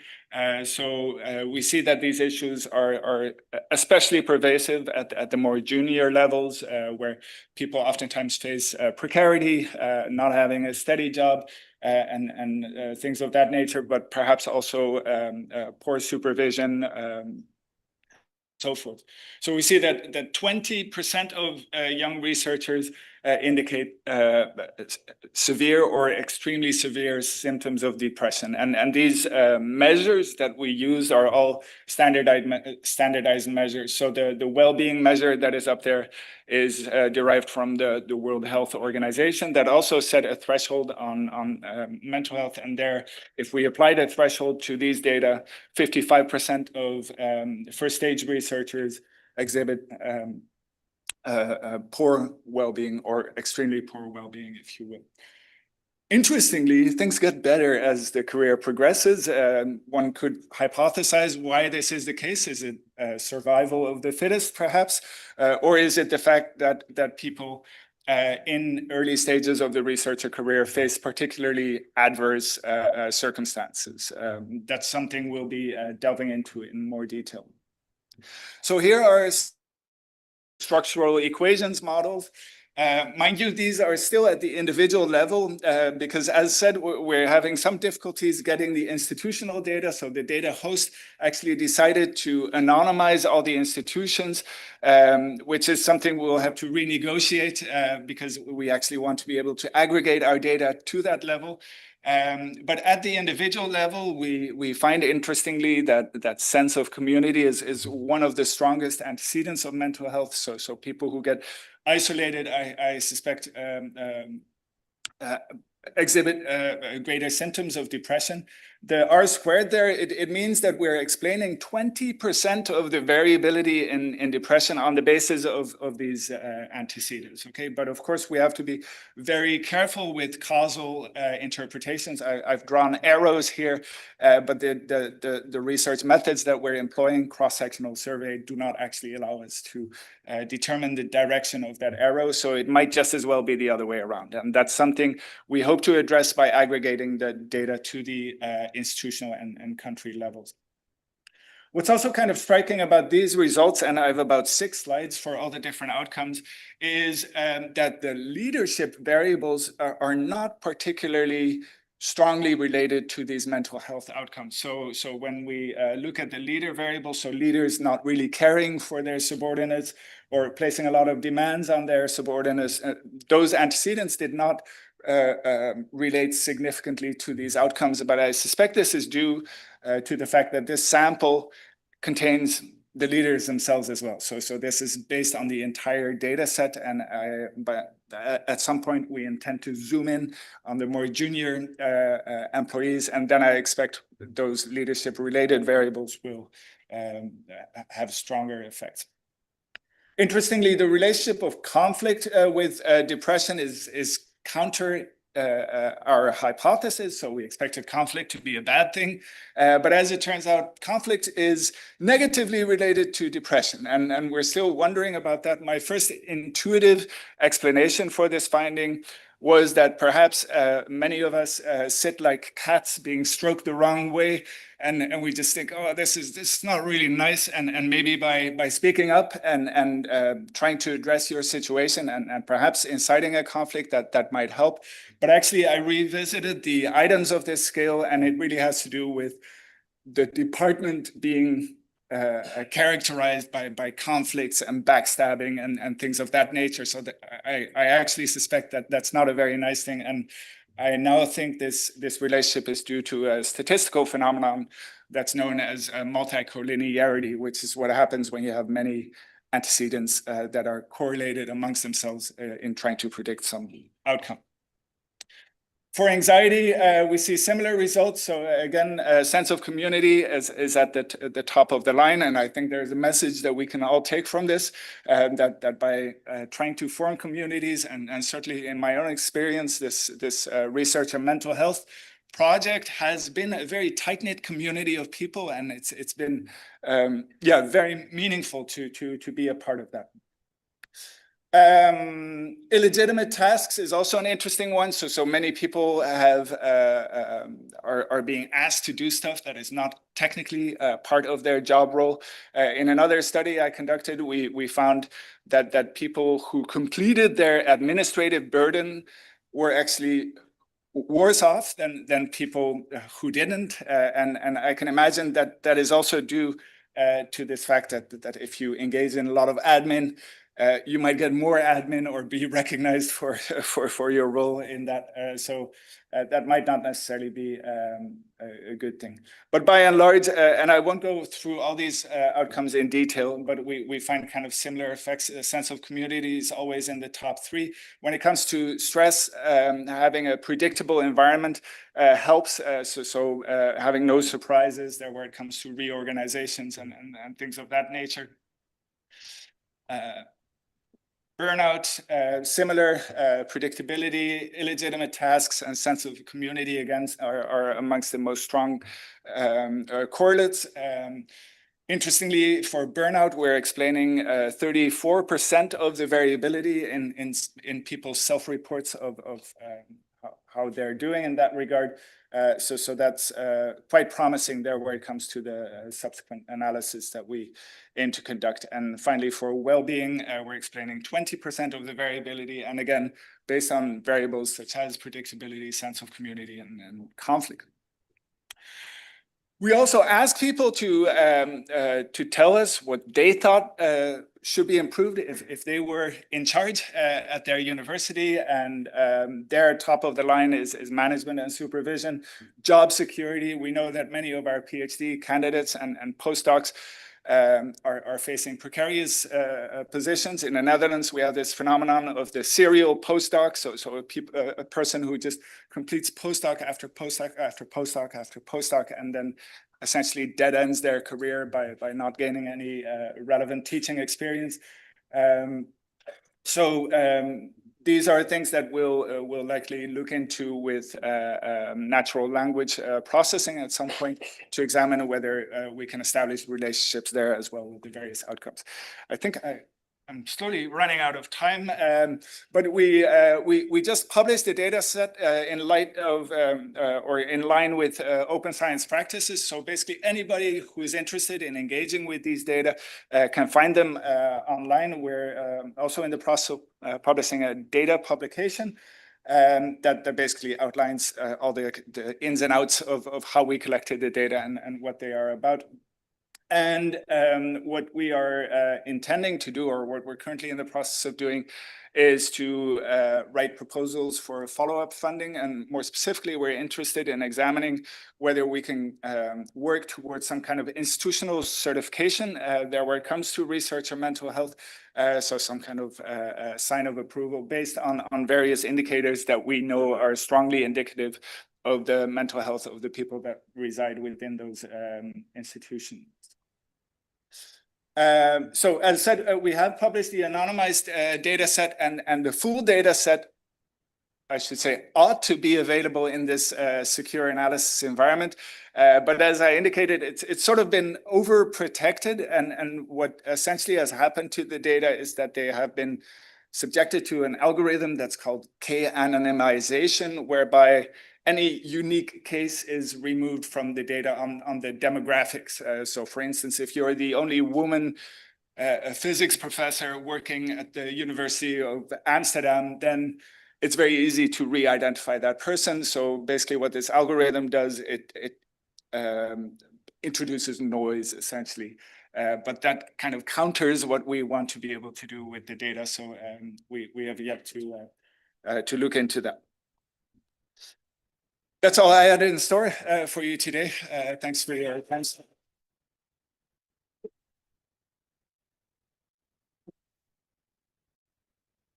Thank you. We can have one or two questions. I'm sure you can approach the speaker later. He's very tall. He will stick out in our crowd. Yeah.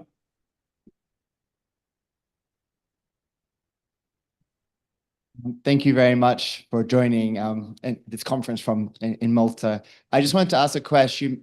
You mentioned that sense of community is usually the top 3 stresses. How, to your knowledge and what you're seeing with the collaborators you work with, how can we improve communities in research institutions, do you see? Thank you. Yeah, that's a very good question. So I can speak for my department. It's historically it's been very easy to get lost essentially, or to just sit in your office working on your research. And I think an event such as this, I'm really inspired that a university can come together and bring together its researchers to talk about all the research that's taking place. I think this is very meaningful. Clearly, also around particular research topics, one could form communities or paper development workshops or something of that. So my section has started a number of years ago, having like weekly lunches where junior researchers can present their research in a very informal kind of climate, and these sessions are very much intended to be developmental, but it also creates a sense of being together, belonging together, and being oriented towards the same kind of outcomes. Okay, I think we ought to move on so that we can stick to our. Thank you, Stefan. Thanks very much for that.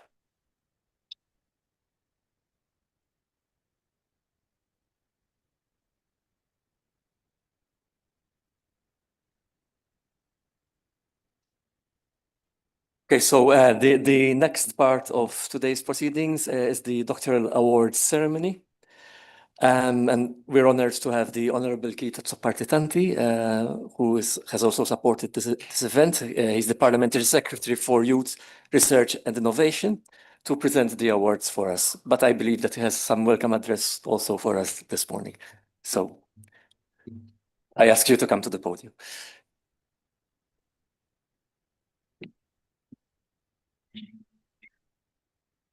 Good morning, Rector, Prorectors, distinguished academics, researchers, and doctoral students. It is truly a pleasure to be with you today to celebrate the wealth of research and innovation that is flourishing at our national university. This expo is a testament to the intellectual energy, scientific rigor, and creative ambition that define the University of Malta's research community. As I reviewed this year's program of presentations, I was struck by the sheer breadth and depth of the research being showcased. The pioneering work on display spans across disciplines from engineering, life sciences, and digital technologies to medicine, education, the social sciences, and the humanities. These initiatives do more than expand the frontiers of knowledge. They inspire real hope for Malta's future. Your research addresses urgent global and local challenges, while also unlocking new opportunities for growth, sustainability, and societal well-being. The spirit of inquiry and problem-solving aligns seamlessly with Malta's Vision 2050, our long-term commitment to building a knowledge-driven, resilient, and inclusive society that harness innovation for the common good. As government, we remain deeply committed to empowering this ecosystem. Research and innovation are key pillars of Malta's smart specialization strategy and of our broader and societal transformation. That is why my secretariat, in collaboration with the University of Malta, has proudly funded a series of 10 strategic research initiatives. These projects, developed under the guidance of distinguished professors across diverse disciplines, reflect the essence of smart specialization. Targeted, high-impact research aligned with Malta's priority sectors and national development goals. This partnership between government and academia not only supports cutting-edge inquiry, but also lays the foundation for stronger collaboration, better innovation outcomes, and real-world impact. We are investing in ideas, talent, and the future, and your work is at the heart of that effort. I also want to commend the university for its sustained commitment to doctoral education. The increasing number of PhD candidates and successful graduates is a strong indicator of both the ambition and the academic integrity that define this institution. The establishment of the doctoral school was a vital move to support this growth while maintaining excellence. I am therefore honored to be part of this celebration by presenting the 2 awards for the best PhD theses of 2025, a recognition of perseverance, brilliance, and contribution. In conclusion, I extend my sincere congratulations to each and every one of you, the researchers whose work inspires and informs, the academics who lead and nurture these projects, the doctoral students shaping tomorrow's knowledge base, and the organizers of this important expo. Let this event not only showcase results, but spark new conversations, collaborations, and commitments that will carry Malta's research and innovation landscape to even greater heights. Thank you.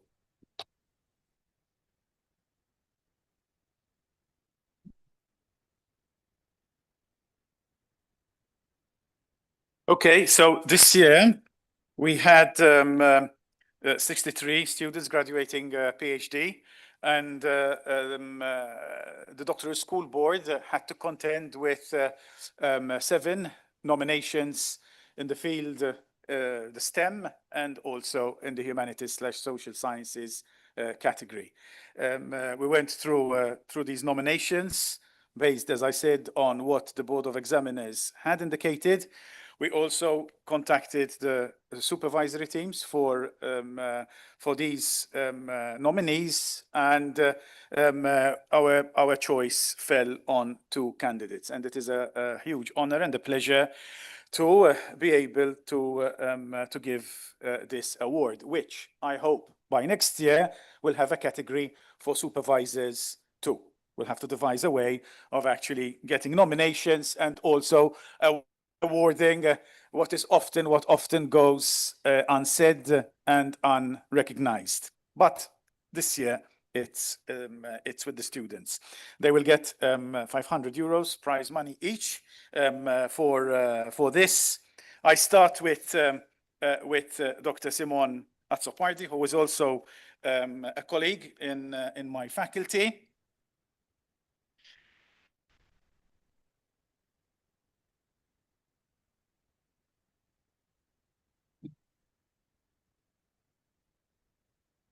Simone conducted research on women's emancipation in Malta between 1964 and 1987 under the supervision of Professor Manuel Buttigieg and Professor John Darwin.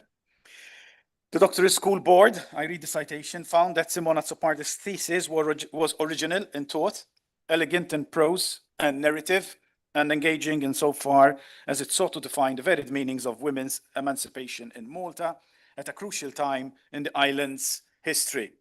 The thesis looked at different themes, from women in the workforce to women in politics, weaving together archival material and oral testimonies to reveal original insights of interest to a wide audience, including advocacy and allegiance, activism and power relations, and religion and secularization. The board noted that Dr. Tsopardi completed her thesis on time and produced some publications of note which contributed to an understanding of Maltese historiography, not least the history of our alma mater. I invite Honorable Tsopardi Tanti to give her the award.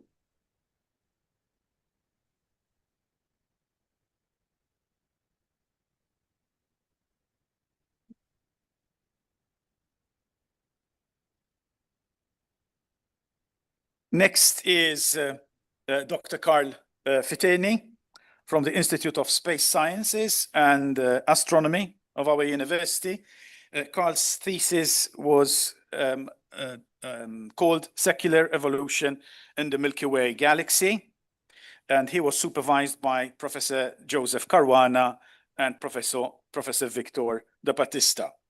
The doctoral school board found that Carl's thesis was original in thought and engaging insofar as it sought, through the application of simulations, linear stability, analysis code, and observational data, to define the evolutionary history of our home galaxy, the Milky Way. The thesis considered the impact that galactic bars have on stellar orbits within a galaxy, and the growth of spiral structure and its effects on disk growth. The work led to a major discovery, namely the identification of the edge of the Milky Way's star-forming disk. The board noted that Dr. Fiteni completed his thesis on time and produced publications of note, which contributed to a more nuanced understanding of galaxy formation. The most important publication is about to appear soon.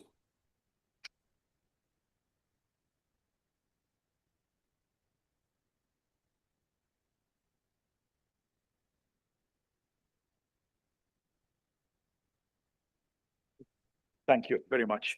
I believe we can now have a break, and we will be meeting. The networking coffee is until 11:25, and the first session will kick off at 11:25. Thank you.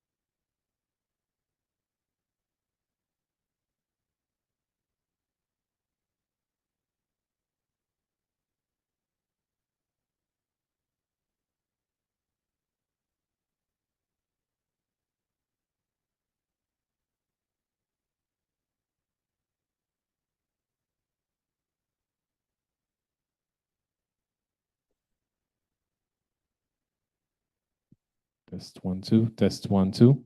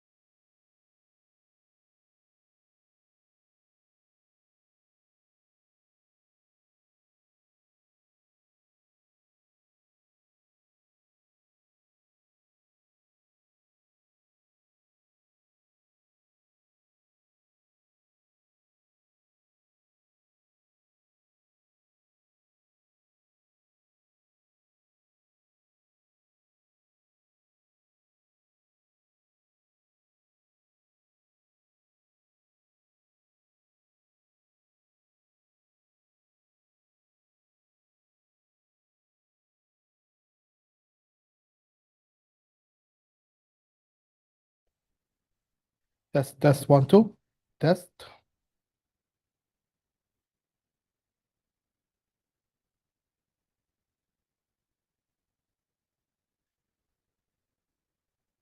Test 1, 2. Test 1, 2. Test.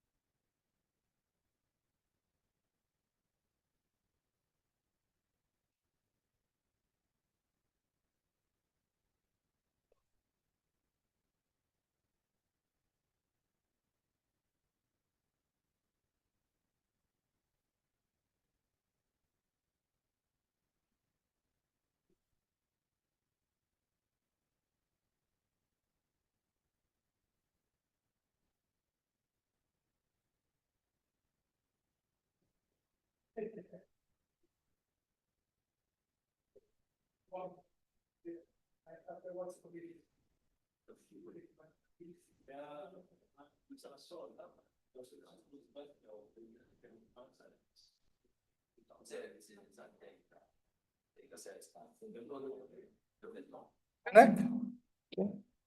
Okay.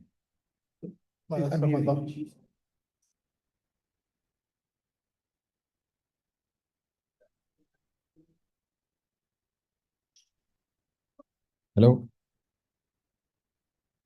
First Yeah, layout, hello, yeah. hello.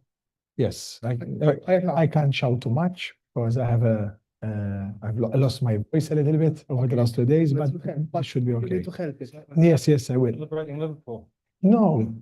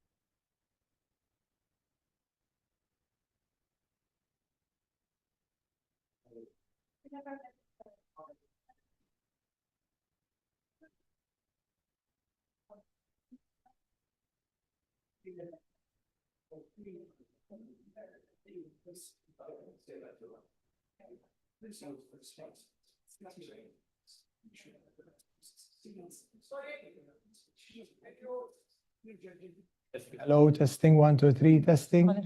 Okay. All right, اسمعوني.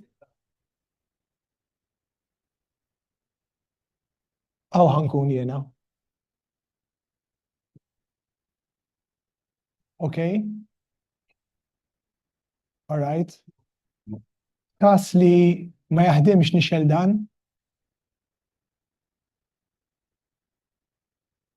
Hello. Hello. Hello, nibqa' nitkellem. Okay. Testing. Jiena qed nisma' tajjeb. Jekk qed tisimgħu tajjeb qegħdin tajjeb. Okay, ħanitfiha issa.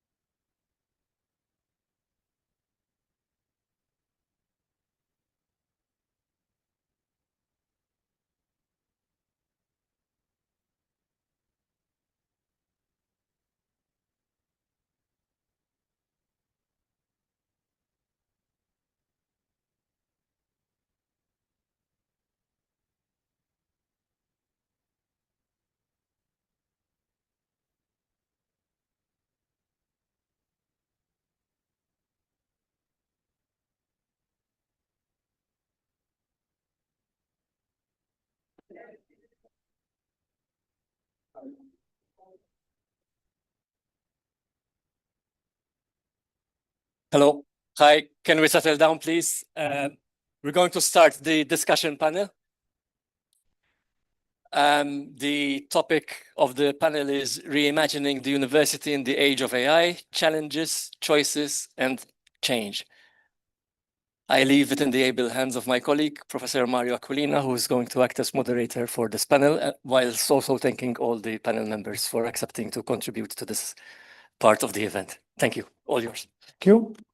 So, good afternoon, everyone, and welcome to our panel discussion on AI and the university. I need to apologize about my voice. I hope that you can still hear me. I lost my voice a little bit, which is ironic, of course. We're going to be talking about artificial intelligence and human voices, etc.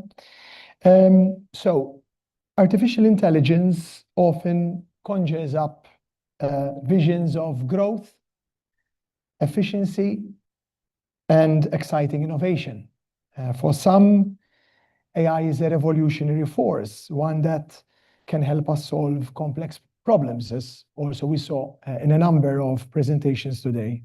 It can accelerate processes, it can improve results, and it can propel us toward further economic prosperity.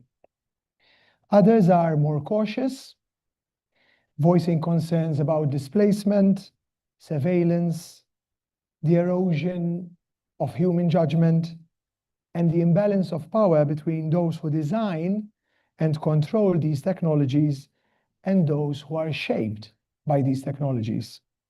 Somewhere between these positions lies a more grounded view that AI is not a passing trend, but a concrete reality, one that we must engage with both critically and constructively. The force of these tensions is perhaps nowhere more tangible than within the university as an institution. Early discussions in universities around the world focused on teaching and assessment. But the influence of AI extends more deeply, shaping how knowledge is created, evaluated, and disseminated. It also urges urgent ethical, legal, and philosophical questions that touch the very heart of what a university is and what a university does. So it may not be too far-fetched to suggest that the university today, or universities today, find themselves in a moment of crisis. In the original Greek sense of crisis, a turning point, a moment of judgment and decision. And so we ask, how do we position ourselves in relation to this moment? What are the challenges we face, the choices we must make, and the changes we can either shape or respond to? This panel aims to explore some of these questions and hopefully more. With us today, we have 5 colleagues from the University of Malta. They'll be bringing different perspectives and different forms of expertise to this discussion. To my left, in the order of seating, we have Professor Matthew Montebello, who is the head of the Department of Artificial Intelligence in the Faculty of ICT. We have Professor Leonard Busutil from the Department of Technology and Entrepreneurship Education in the Faculty of Education. Dr. Mireille Sant, head of the Department of Media, Communications and Technology, Law in the Faculty of Laws. Dr. Vanessa Camilleri, also from the Department of Artificial Intelligence, and Professor James Corby, head of the Department of English in the Faculty of Arts. Now, before I begin, I encourage you to participate actively in this discussion. You can submit your questions using an app called Slido. There is a QR code here which you can scan. It will take you to a page where you can write your questions. So if, like me, you've lost your voice, that's good. You don't need to speak up, but you can also, of course, ask live questions later. There will be a microphone going around. So I encourage you from the beginning to start uploading questions. People can also upvote questions that others will have asked or comments that they will have made. I will then select from those which are visible, those which will have received more votes. And there will also be a microphone going around. So I hope that you can participate actively. So we're going to begin with a structured part. I will be asking a couple of questions to each of the members of the panel, and then it will be a more open discussion later on. I'm going to begin with Matthew. So we'll go a first name basis now. So Matthew, you've been involved in AI on a daily basis for some years or decades, you were saying earlier. So AI is not something that you've been thinking about only recently. It's very much something you do and you have done for a long time. And of course, because of this, you've seen a kind of transformation in the way that AI infiltrates or is welcomed in university environments. I wonder if we could start perhaps with you outlining some of the main milestones in this respect. Sort of how does the AI enter university? What are the sort of main turning points that you think are important to keep in mind? Switch it on, there's a, yeah. Right, thank you about that. So I'm gonna go through the history, right? The oldest guy here. So yes, starting off right off, even from a personal point of view, it's a mixture of me personally, the department within the faculty at university, but also at a national level. But definitely starting even in the late 80s, 90s, starting studying and attending courses in AI, obviously that was the beginning right off for me to choose this domain as a main line of interest. Having said that, in the early 90s, when the internet was coming through, again, that was a major disruptor. And obviously one turning point for the technology as well, adopting the technology within the teaching and even at university.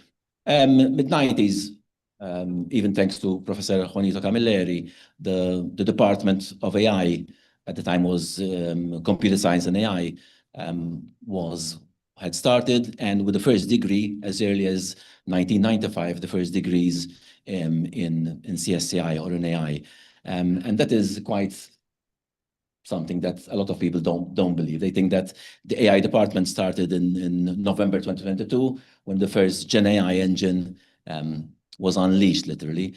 But yes, right from the mid-90s, and obviously when in the 2000s, we had another interrupter, obviously, disrupted the whole chain of technology. Google came around.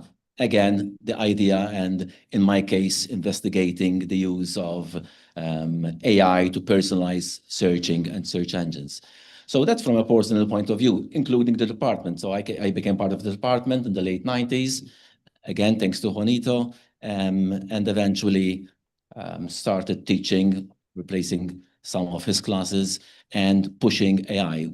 Quite a good cohort. Some of the students are actually professors with us as part of the academic team. And following that, I think the department switched to a new faculty. So the department before the faculty was created was there. So that is a major milestone, I would say. Yeah, and following that, I can easily recall when I became head more than 10 years ago. So that was, I think, a major change in the way we operated. One thing was we're going to go out there to the students. We're going to go out there into secondary schools, if not primary, if necessary, but definitely went to secondary schools and post-secondary schools, and advertising and telling the people out there that the AI department is here and it's the future. I would say that, okay, people weren't looking, saying that it is a major area, but things happen with a reason, and eventually the next disruptor was 2020, and COVID, believe it or not, helped us and assisted us to push further into technology, apart from the teaching, and the next disruptor, 2022, in comes generative AI. So from our point of view, academics, we wanted our academics to go out there. I'm pushing my own academics at a national level with the MDIA and Scienza Malta, working on the guidelines, on the national strategy. So we wanted to be present nationally, as well as at university, but also within the EU. So again, pushing academics, myself as well, at EU level, doing project reviews, but also being part of expert groups. Just this week on Monday in Brussels, our own academics working on the next guidelines for the use of AI and data in research and teaching and in assessment. So we're out there and obviously keep on pushing. We did assist, I think one major collaboration I see is also as a milestone is the collaboration with the Faculty of Education and with Leonard Busuttil as well as being there to assist other academics, both in 2020 during the COVID period, but also in 2022 with when generative AI came through and assisting academics in workshops and investigating the use of Gen AI in teaching, in assessment, in research, academic writing, data analysis, and so on and so forth. So those, I think, are the major milestones for us. Thank you, Matthew. We'll come back to a number of these issues that you brought up. You've sort of traced for us this movement from something niche to something quite mainstream. That's a good point to begin with. You mentioned assessment and teaching, and I would like to ask Leonard about that. You know, the early reactions in this latest infiltration of AI, so not the niche one, but the mainstream infiltration of AI in 2022, the earliest reactions from universities, I think, focused primarily on policing. There was a panic that what are we going to do about assessment, because this introduces this problem of recognizing who has used AI and not. But I think we're already past that, okay? And it perhaps is not very productive to continue thinking about AI from the perspective of policing. What do you think about this? I mean, what are your views on the outlook that universities might want to consider in terms of assessment and teaching methods beyond policing? Yeah, thanks for the question. You're right. Initially, the first reactions of universities, not just University of Malta, throughout the world was, let's ban it. Let's stop AI. Let's see how we can build a wall so that AI doesn't actually come in and cannot be used by students. But this is nothing new. If you look back at history, we had the same reaction from the Greek time, from Socrates, who used to say, don't allow people to write, because by writing, they'll actually start forgetting more. Then we had the same thing in the 80s with the calculators, you know? So when there's a major innovation, major change, same thing with internet, which Matthew mentioned. When there's a major change, the first reaction of humans is, let's try to ban it, let's try to stop it. But then the reality creeps in. Try as you might, there's no way of stopping it. And there's no way of actually detecting it easily, because this is not plagiarism. With plagiarism, we can actually use software to detect whether someone has written a paragraph himself or he's just bluntly copied it from somewhere else. With Gen AI, we cannot really do so. We could say we have a suspicion that it is Gen AI created, but we cannot really have a certainty that it was created by Gen AI. So that leads us to, definitely we cannot ban it. So what can we do about it? And in a way, the creation of Gen AI is godsend, because it will allow us as a university to start questioning the way we teach and assess. First thing, let's consider teaching. Are we still teaching the same way that we were taught? Are we still just lecturing, for example? Is it about time to actually change that mode? Because now we have technology to help us. We glorify a lot in the educational sphere the concept of the flipped classroom, where we get our students to do the presenting and then we're criticizing them, we're helping them shape the ideas. With Gen AI, we can very easily do that now, because Gen AI can be used for them to help them with their own research. It also makes us look at the way we assess. Number one, why are we assessing? Why do we assess a unit, right? I suspect mostly we do it because we want to assess the learning that occurred. But if you look at any methodology that we use, with the exception of exams, all of those methods are susceptible to problems with Gen AI. Because if you give assignments to your students, they could use Gen AI to create them. If you ask your students to do a video, there's Gen AI to create videos for you. If you ask them to do presentations, they'll ask GenAI to create presentations, or at least they can create a script which you can turn into a presentation. So I'd like to more think of why we're assessing. Is it just assessment of learning, which is important? But we can also think of assessment as learning. So we can actually assess the students, and whilst they're doing the assessment, they're learning through the process too. And that fits quite nicely into this GenAI niche, right? Because they could use GenAI to help them research something. And whilst they're doing that, they're actually learning. As long as they're transparent in the way they've used GenAI, I see no problems with that. As long as learning has occurred, again, I see no problems with that. So going back to your question, how will that affect us? That will affect us by thinking more about how we're teaching, and we change the way we're teaching, and we change as well how we're assessing. As I said, all modalities are susceptible to GenAI, with the exception of exams. But exams have their own problems, because with exams, you can only target specific sorts of information. And also, people tend to cram to study for exams. And so by shifting everything to be exam-based, as I know a lot of people are doing, we're doing a disservice to the students, because probably they're cramming and then they'll forget whatever they crammed in a matter of. So we need to shift more towards the oral, and shift more towards the concept of we assess the process rather than just the results. Now, oral also comes with its own baggage, because, for example, at university, to assess someone in a presentation or in oral, you have to be two academics. So there's more pressure on finding the academics to actually come in and help you assess. But those are things that we have to manage. We have to start the discussion. For example, is it about time that we use video as a second thing to assess someone, so that I can assess the person and there's video too? We can actually also look at AI in the process where it's helping students to reflect on what they're doing.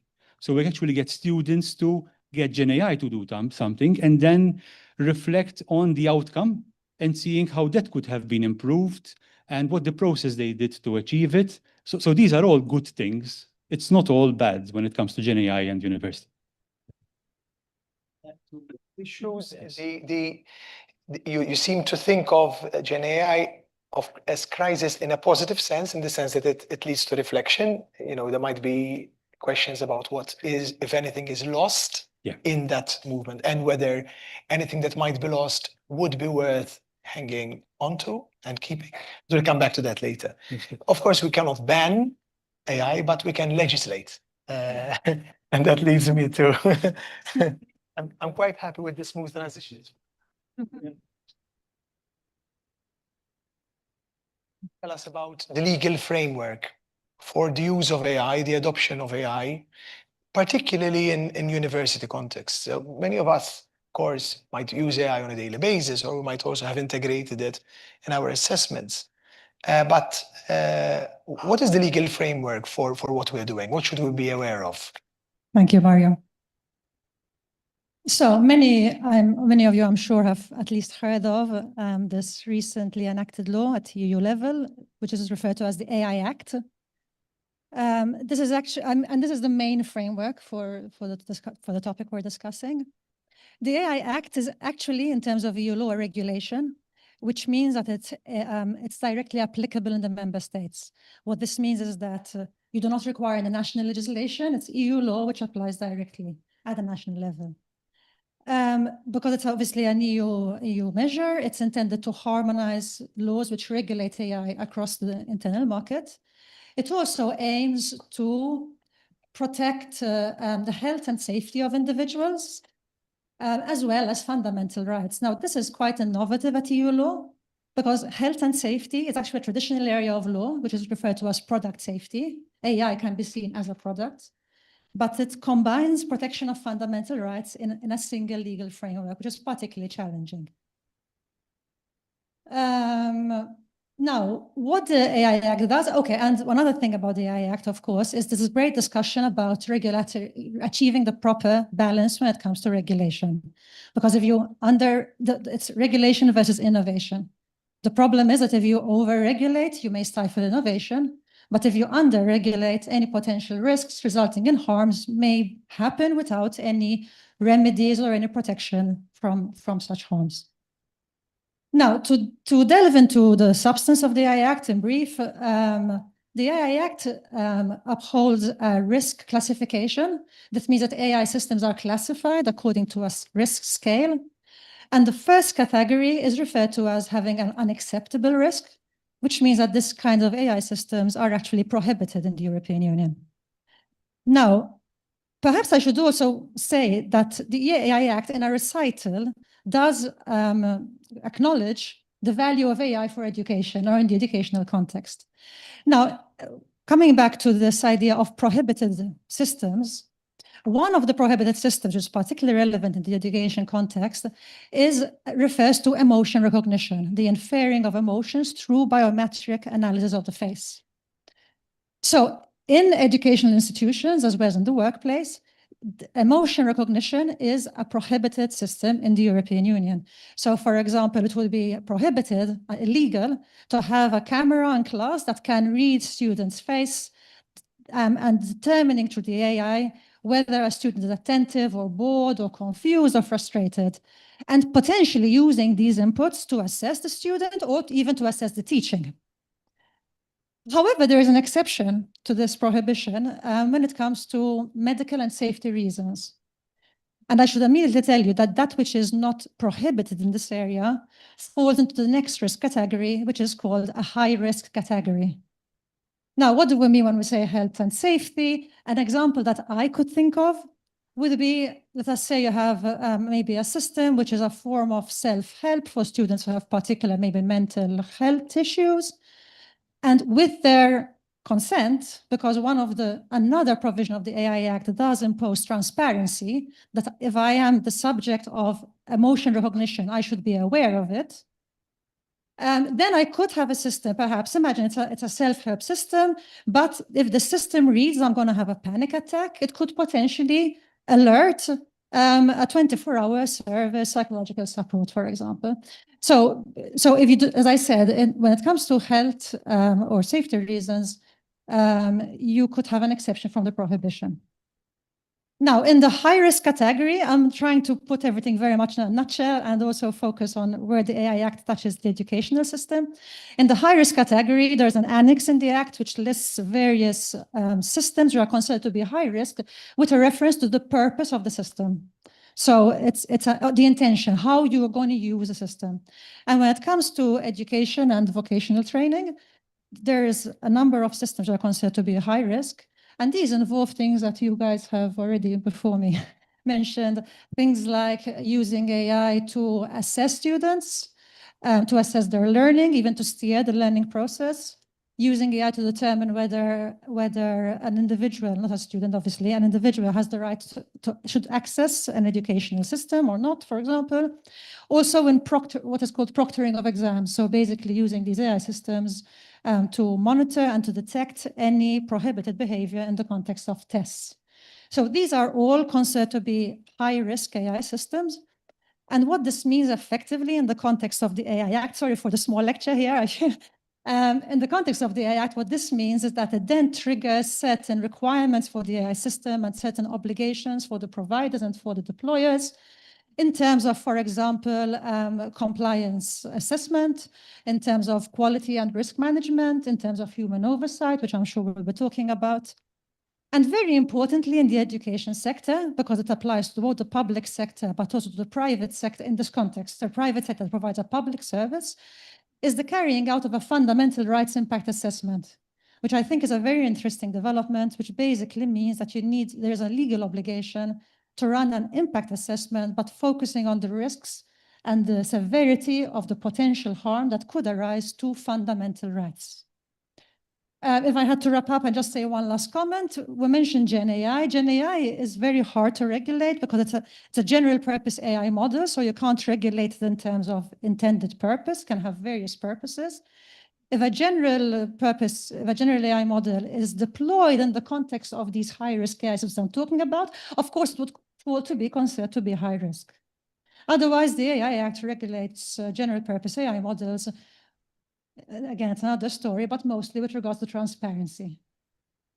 Thanks for Thank that. you very I much. mean, we've spoken about AI as a tool, as a product. You've also now introduced the potential risks, which the law caters for, which leads me to the next question, which concerns the ethical side of things. I mean, Vanessa, your research has often focused on what you call human-centered AI systems, in which all stakeholders are involved from the design stage. What do you mean by human-centered AI systems? And perhaps help us reflect a little bit on these ethical considerations that you might have in mind. The switch on. Okay, no, it's on. Okay, so I think this part ties in very well with the legal. So the legal aspect provides the framework and provides the guideline. But then as academics and as people who work into research as well and design products of research, we need to ask ourselves a number of questions. And ethics is very much concerned with asking questions to help us reflect on what we are designing as products. So if we're designing an AI tool or a tool that uses AI that is meant to help people or to provide a service to people, then we need to ask certain questions that might go beyond the legal framework, but may still impact the lives of people in a possibly negative way. So we really have to ask ourselves, what are we doing? Who is going to be affected by this? How is that person going to be affected? And what can I do to try and cut down the risk or mitigate that threat that I am producing? And certain questions we can't really foresee. And we can't really say, you know, the outcome of how our own design products are going to be used. Case in point, okay, when OpenAI put out ChatGPT, they didn't even know how it was going to be used by people. They had no foresight about how this would really take the world by storm. And it was used in lots of bad ways at the start, okay, until certain guards were put in place. So when we design systems, the idea of designing them as human-centric is to really involve people right from the start, but throughout. And the problem with today's tools is that this is not done. We say that things are designed in a human-centered way, but it's not easy to design products, services, applications together with humans. Couple of decades ago, just to go back to what Matthew had said, if you look at certain academic papers that used to be published a couple of decades ago, and we used to say it ourselves, we used to say, make AI transparent, but not transparent in the way we mean today. Make AI in a way that is invisible, that people don't know that they're using AI, because otherwise they will get confused. You know, it will create this chaos, this complexity. So let's have this invisible layer of AI working in the background, and people don't know that there is AI in the background, you know, and that used to be our user-centered way of seeing how products were developed. Now, fast forward, what we have today is this call for transparency. AI is there, but we want to know, you know, how it is operating, how it is reaching certain decisions when certain decisions are made that may impact people.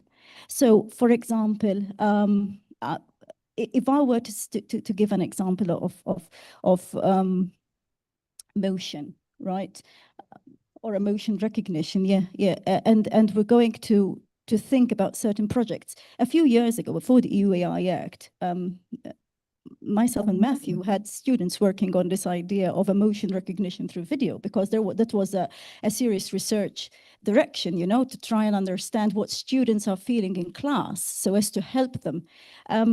But yet again, if there is a system that you know, say, okay, you've got an output coming from a system where it is possible that there's a 75% possibility that the student, the way the student is looking, the way the student is acting, the behavior, the gestures, the text, indicate that she or he might get a panic attack, an anxiety attack coming on, or maybe, you know, that student is at risk of harm, okay? Then we need to know exactly, not just that the student knows that there is this AI in the background, but we need to know exactly how that result is coming to be. I mean, that 75% is based on what? What are you deriving these figures from? What are you how are you deciding that these percentages are accurate? And what do they represent? Where would the model have been trained? What data would it have used to be trained? Did it train on the various diverse human beings with all their different ethnicities, cultures, socioeconomic backgrounds? There is so much that we have to ask ourselves before we say, okay, I can trust this system, I can trust this AI. And this is something that, when we say human-centric, these are the things that you really need to focus on. These are the ethical questions that you need to focus on, because otherwise we're going to produce tools and applications that potentially can harm people, despite the fact that they have been designed to help people, advance, improve, or improve their quality of life. But sometimes it may work against us. Thank you, Vanessa. I mean, it seems to me the more we talk about it, that the designation tool to describe AI is insufficient. It doesn't quite cut it for me. I think it's more than just a tool. I wonder whether you agree with this, James, and how does the way we look at AI, whether it's a tool, a technology, a product, affect the way we think about the university and the way AI can function within the university? What are your views on this? Thanks, Mario. I don't know. I would start with a caveat. I know we're talking about the university, but I think in these discussions it's useful to think about what we might mean by the university. Clearly, there is something that holds us all together. But I think at root, universities are a sort of coalition of radically different epistemologies. The flag of the university is sometimes a flag of convenience. So I really think it depends on what sector of the university we're talking about. So for administrative staff, for instance, I think it can be an incredibly powerful tool. I don't know the ins and outs of its applicability, but I can envisage, excuse me, I can envisage it streamlining things and making the administrative side much more smooth. Because that's where the efficiency of AI is prized, of course. In terms of research, I mean, going back to your point about it being a crisis, I think it is a crisis. I think it's enormous from my perspective. I think it's marvelous. You know, the word, the old Greek word dinos, you know, something that's terrifying but wonderful, comes to mind. And I think we underestimate it at our peril. I think it spells the end for certain kinds of things that we do, certainly in the humanities, certainly in literary studies. I think anybody who's about to write a kind of, you know, an introduction or a companion book or a case book, you know, a sort of Charlotte Bronte and feminism, Charlotte Bronte and posthumanism, Charlotte Bronte and postcolonialism, I would say just stop what you're doing, because that's the kind of thing that AI will be able to do very soon if it can't do it already. And so that can be terrifying. I think it's also an extraordinary opportunity because it refocuses attention on what it is we're really interested in doing and what it is we do at university. In fact, I think one of the most useful things it does is to force to the point of failure the logic of the neoliberal university, the focus on measurables and outcomes where scholarship is scholarship is output. You know, publications are counted, not read. Students are considered in terms of analytics. Learning outcomes, that's a great use for ChatGPT to write learning outcomes. But learning outcomes miss the point entirely. And I appreciate what Leonard was saying. You know, now's the time for an experiential turn, where what's being valued is the experience, not the measurable outcome at the end. You know, to echo Dewey, education is not a preparation for life, it is life. And I think there are forms of assessing the knowledge acquired that are, you know, that can't be replicated by AI, and that put much more value on what it is about education that we really value. And I think it comes down to mentorship. I think it comes down to example. I think you cannot take the human out of the loop and retain what it is we value about education. I think I can venture to say that when we look back on our own educational experiences, what we remember more than what we learned are the individuals who taught us and how they modeled a certain kind of curiosity and example, an example that went beyond the subject that we were studying, but into life itself. And I think opening space for that and for dissensus, for asking the kinds of questions that ChatGPT or whatever might not by default ask, I think is a real wake-up call and opportunity for us. I'm not an AI phobe. I use it and I'm fascinated by it, and I've written about it and I've published on it. I'm not an expert, but it has my fascination. But we need to make sure that it doesn't push us to the side of our own lives, to quote Larkin. You've, I think, answered one of the questions that I was going to select from Slido, but I'm going to read the question. In the meantime, anyone from the audience who would like to ask a question can ask for a microphone. The question was, so what is the point of universities if students are just, you know, teaching themselves using AI, I presume, and are merely being supervised by lecturers? But you spoke about the experiential side, and I guess that's already a response to this, right? I don't think anybody here would see themselves as agents of knowledge delivery, but often in the way that the modern university is framed, that's where the value is placed. AI can do that. It perhaps can do better than human academics insofar as it can be available 24/7, it can be tailored specifically to the individual needs of the student, and so on. So those aspects, I don't see a problem with automating. It sort of takes away a mischaracterization of what's important about education, as far as I can see. Questions that I have from Slido refers to methods of assessment.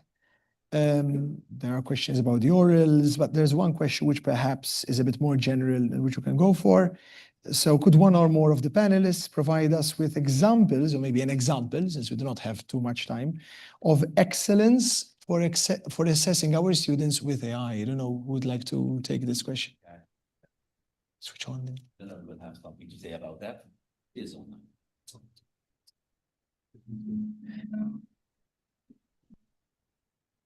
So yes, I think assessment is the major thing that has been disrupted.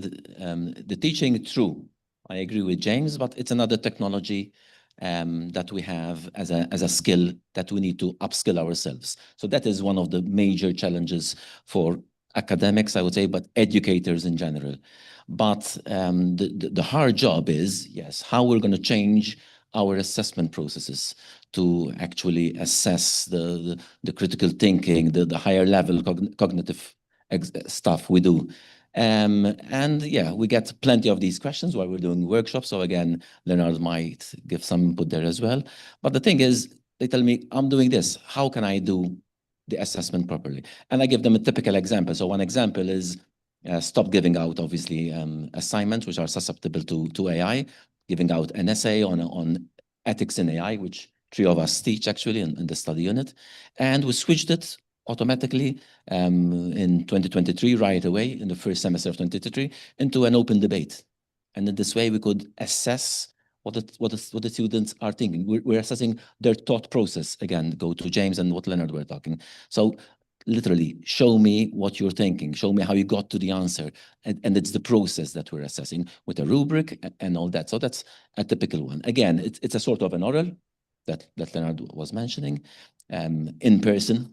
Very important to be in person as well, because technology can go past that. But yeah, there are different ways. So the challenge is, how can I assess in a proper way? So I don't know what you want to add. Yeah, I think one of the affordances that this technology gives us is the ability for the students to shift to the upper modes of what we call Bloom's taxonomy, right? So things like creation. So one way of assessing is, for example, to ask the students to get Gen AI to create something. Like, for example, in my realm, you can actually get the students to create a lesson plan to teach a particular topic, right? Get Gen AI to also create any resources which you might want to use, and then get the students to reflect on what was created. Would they use it? What are the things which are good? What are things that they could improve? So rather than actually just creating a lesson plan, they're actually using AI to create it for them and then reflecting on it and seeing how it could be improved. And they're actually, rather than just creating something, they're reflecting and improving it. So Gen AI can feature there. And obviously, I would ask them for the method they used to create it. So to be more technical, the prompts they used and the AI model they used as well.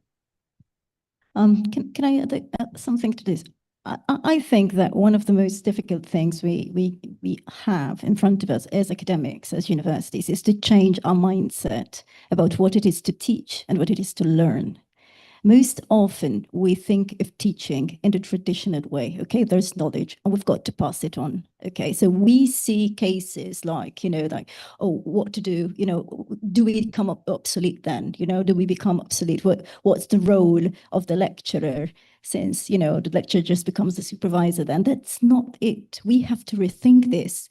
In this day and age, yes, there are tools out there that can teach people, maybe not the right stuff. Maybe they can teach them incorrect stuff. Maybe they can teach them misconceptions. Maybe they can teach them something which does not make sense. Maybe they can be taught something that eventually will harm other people. Okay, so our role now becomes that of changing how these people learn when these tools are available. So we need to guide them. We need to direct them. We need to somehow, as Leonard said, assume that AI tools are going to play a role in what they're going to produce, and ask them to critique it, to reflect on it. So if I hand out project work in my study units, okay, and they have to design projects that deal with intelligent interfaces, okay, so what I do is this: I ask them to actually generate lots of project ideas. And then I ask them to understand that project well. Does it make sense? Does it help people? Is it factual? Is it actually doable? Is it realistic? Okay, where are we going with this project? How is it doable? So I want them to reflect, because in the real life, when they go out there and they're working, this is exactly what they're going to be faced with. And if I don't empower them to be able to think through what they are doing, then I will fail as an academic. So this is the sort of mindset that we need to put on ourselves, to push on ourselves. I mean, in many respects, it's a matter of recovering the original mindset of the university. The idea, the sort of Humboldtian idea of Bildung, this formation of character rather than passing on skills. Can I say one small thing? This one? Okay. No. Well, something else I think one should be very careful about, at least in my personal experience using Gen AI, is to be critical about the output of the Gen AI. Certainly, with regards to, I have asked Gen AI questions. It has given me very plausible answers. Quotes from a law and a reference to the AI Act and an article number, which is incorrect. Even quotes from academic articles, right, which it has completely hallucinated. So I think, as with all other information that we consume or use as researchers and as as researchers, as students, all of us of life, I guess, it's always important to ask the usual questions. What is the provenance? Where does this information come from? Its provenance is the word I'm looking for. Does it hold up? Is it verifiable? And then a personal responsibility of what we do with this information and how we use it. So I guess I'm less convinced about, I can see a lot of use of Gen AI and I do use it, very good uses, but I also think that shallow shortcuts do not replace critical reflection and thinking.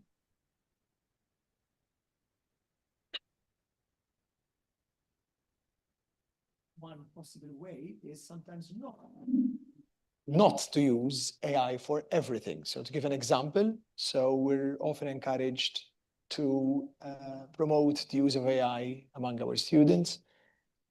And one argument that is often repeated is, for example, with the essay, right? AI can write essays. So what's the point of asking students to write them? But the very simple fact that for brainstorming, for example, or for thinking, we start with AI, to me is decisive, that you have delegated that initial spark of thought, that struggle, to something else. So perhaps the question might be, when do we resist? Do we have to always, because the technology exists, incorporate it fully and completely and enthusiastically? So one of the questions that is very, very popular, which I read more as a suggestion than a question, is I often see a fear of AI, example, students using ChatGPT, and instead of telling students not to use it, how about teaching to use AI responsibly? That I think was more of a comment than a question. Before I go to you, Matthew, if there is anyone in the audience here who would like to ask a question, please show me your hand so that I can think of you in the next round of questions. So Matthew will speak and then we'll go back to you. Yes, Mario, it's not easy from a student point of view. First of all, students get to us after going through primary, secondary school, post-secondary, and already shaped in the way they think and the way they do things. And the students that are going to hit us in 5-10 years' time, and they're going to be in a differently from what we were, from what we have now, and from what's going to have next year coming from the sixth forms.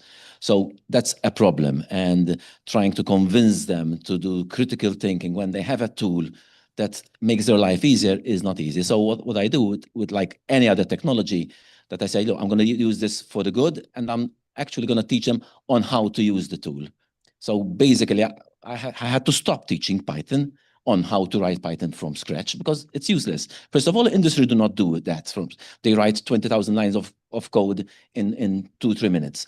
And these students are being prepared for life out there. So let me teach them how to do that. And one way I do is tell them, look, you were looking for ideas. I don't want you to look for answers. So I refuse to say ChatGPT, which I just said. I tell them you use 3 to 5 engines to get ideas, to generate ideas. So go Copilot, Perplexity, Claude, whatever, DeepSeek. And from these ideas, you're going to have to read them, understand them. You want a piece from one, adapt another one, adopt, and so on and so forth. So in this way, they're thinking. This is a skill we had when we were Googling around 2000 and onwards. Before that, obviously, we had books which were sort of reliable or reviewed, but the internet already exposed us to rubbish out there. So when we're Googling around, we're looking at websites, this is good. Again, plagiarism was good, Turnitin worked fine. At this point, 2022, yeah, major disruptor, because now it's generating stuff. The engines that detect do not work. So useless going for those. So I need to change the way I assess. I cannot stick to what I did 3 years ago, let alone 4 or 5 years ago. So it's a new technology. I have to adapt myself to it as an educator. And I'm teaching the students on how to do it using multiple engines to get ideas. Okay, never copy and paste. And from ideas, you adapt and adopt. We have a couple of interventions from the audience, starting from the back. Thank you. This has been so interesting. I have a million questions, but I'll boil it down quickly. The first question I had was, you were saying, a lot of you were saying you should be helping them to use AI rather than just adopting it. But a lot of us are figuring it out at the same time that students are. So it feels like the blind leading the blind, which was my first question. My second one was around the attention span of students. And so if everybody is able to get quick answers online, you mentioned an assessment in terms of a debate. And I find that students are often more tempted to kind of find an answer elsewhere rather than try to do that themselves. So is there an issue with using AI around attention? And then the last part of it was just around, the third question was around subject matter. So some subjects are really suited to AI, but these are often large language models and they're reliant on information that's already available. And in some subjects, for example, my PhD, there's very little out there, so AI is of no use. So what do you do with the topics that just aren't conducive to that in the same way? So yeah, 3 questions. I'm so sorry. Would anyone like to?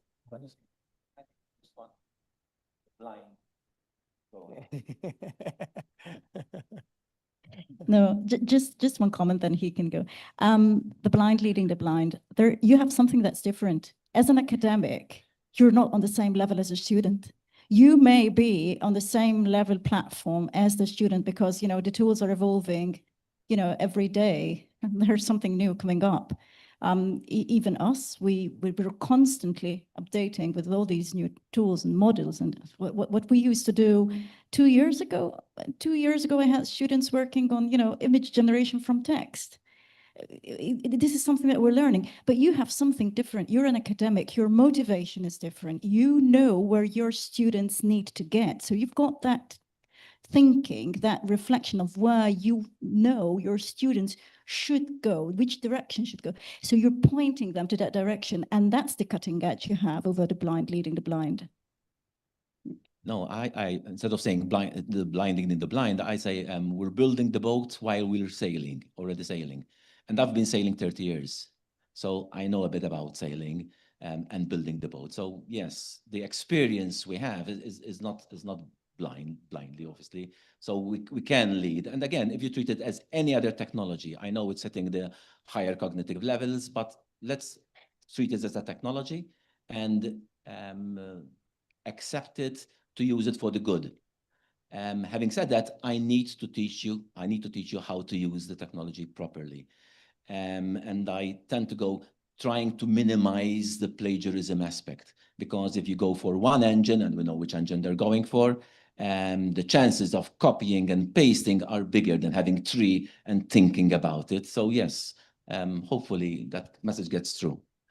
Other questions? Leonard, and then we have a final question. You actually had 2 more, but to add to the first one, because they're quite... Yeah. I think we should actually focus also on having some sort of AI literacy for students as well. I know that OPED is doing a good job to do AI literacy for lecturing stuff, but we need some sort of unit somewhere. How it's done, I don't know, to have AI literacy for students too. We need to say this again because we have 2 pro-rectors here, if not more. And it's important, I think, that Senate decides on something for all students from next October, if possible, across all faculties and schools and institutes, that they need to know how to use the technology. I'm not going to say Gen AI, the technology, because it's hit all levels of our lives out there.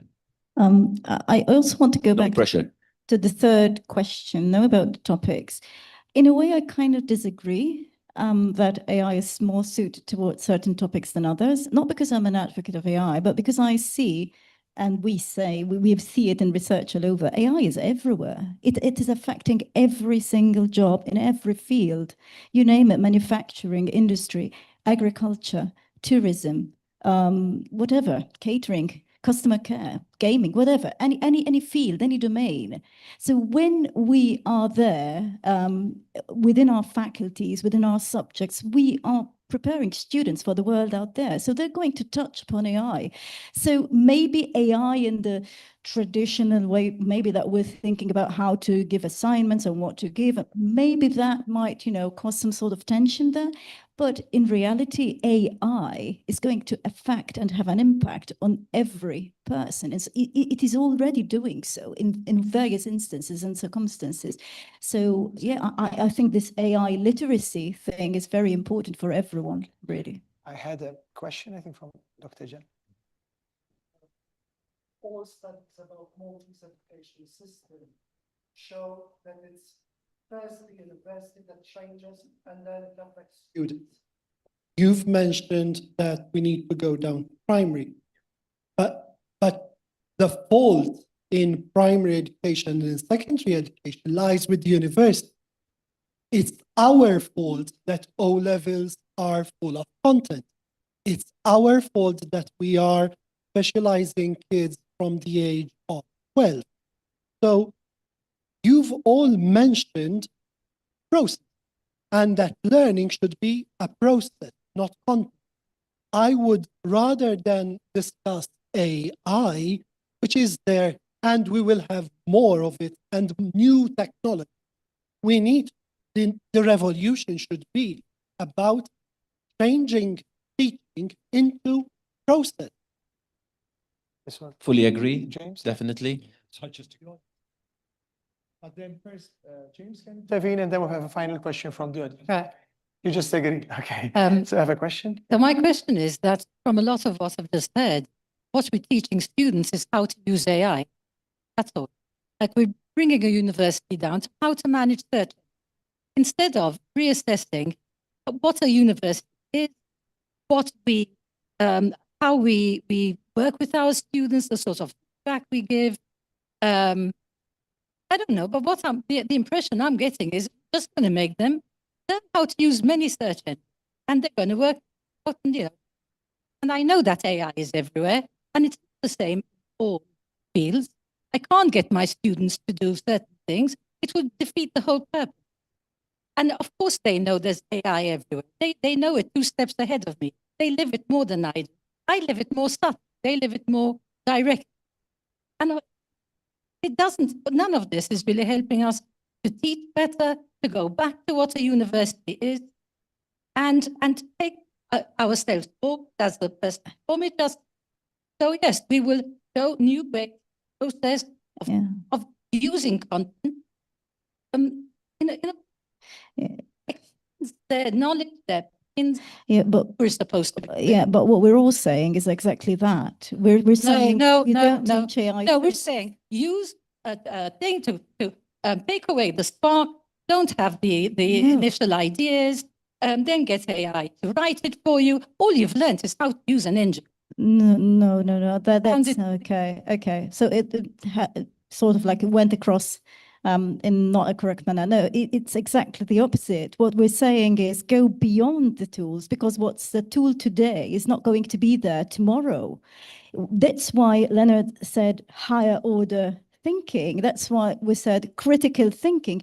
It's not a matter of teaching them to use any tool, any AI tool, because this is going to change. Tomorrow is going to, there's going to be a dozen more tools that are different. So we can't teach that.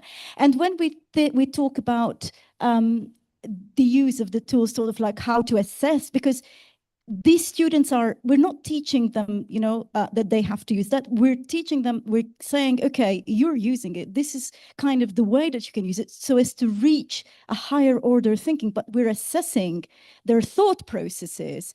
That's what James said in the beginning. We have to go to the initial idea of a university and that direct them to the final scope without actually giving them knowledge, right? Claire, I understand your concern, because often in discussions about AI and education, that seems to be what comes out, that we become sort of facilitators for this engagement that students will have with AI. But I don't think that's what's being said. I know it's not. And I would just go back to that, that idea that, we are mimetic creatures, and students look up to us in ways that go way beyond the content. And if we model a responsible engagement with technology, whether it's the library or whether it's AI, students will follow. I went and read all of Umberto Eco because of your lectures. So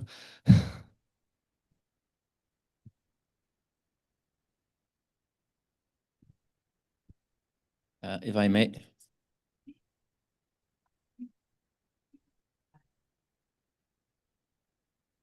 Yeah. And we agree. That's how we should. Actually, I refuse to say AI. I use technology, because like all other technologies, they're part of our lives. They're parts of the students' life. They're going out to industry. So we need to teach them how to use the technology. Apart from that, yes, it's the thought process. I think I said I'm assessing the thought process. So it depends on the individual educator who is using the assessment process, and assessment is learning. Obviously, doing an exam is no learning at all. So the way you do their assessment, and I'm asking them, this is how to assess you. I'm going to assess your thought process, as we were taught to show the working when we were using calculators in the 80s. But still, it depends on the domain for sure. So obviously, if I'm teaching techies on how to write code, rather than teaching them creative writing, which they won't use throughout their lives. They tell me so. Well, they refuse. Students told you so, but I use creative writing because without creative writing, I can't have theatres. Yes, well, I'm using creative writing as well when I'm doing the prompt, for example. So that's another way to use the skill. You are talking about false information given by AI. How am I, who am a student? I mean, I, as a lecturer who have read, understood, etc., discern between not always, but I can more or less discern between what is false information and what is true information. Yeah, that's the reason why I said use 3 to 5 number of engines, like we used to use 3 to 5 books, for example, from the library. And then I had to think about it. So the same thing, we're using an engine which is generating, and I have to be critical about it. That's what I'm teaching my students. If I may, because I'm being signaled that the time is up, and No, the but, one but who Mario, gets- this sort of witch hunt against AI. No, again. no, we use it. We like it. Technology. No, it's no witch hunt. What is very clear, No, you're first of all, misunderstanding us now. thanks, Claire. There you go. Thank you. No witch hunt.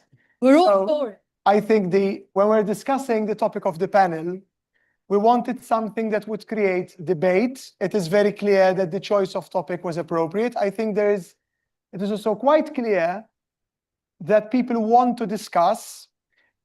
We have not even touched on some essential issues. Like, for example, we've spoken about university in terms of educators and students. We haven't even talked about the university's role in relation to society. Should it, for example, have a critical perspective on AI? If there isn't a critical perspective on AI coming from university, where does it come from? So it's very, very clear that there are a lot of questions which we have to discuss. And I hope that one of the things that come out of this would be a continuous discussion. I apologize to people who asked questions or wanted to ask questions and didn't have their questions answered. I also apologize to the panelists because I promised them they would have a 1-minute intervention at the end, but there is no time for that. So thank you very much for your participation.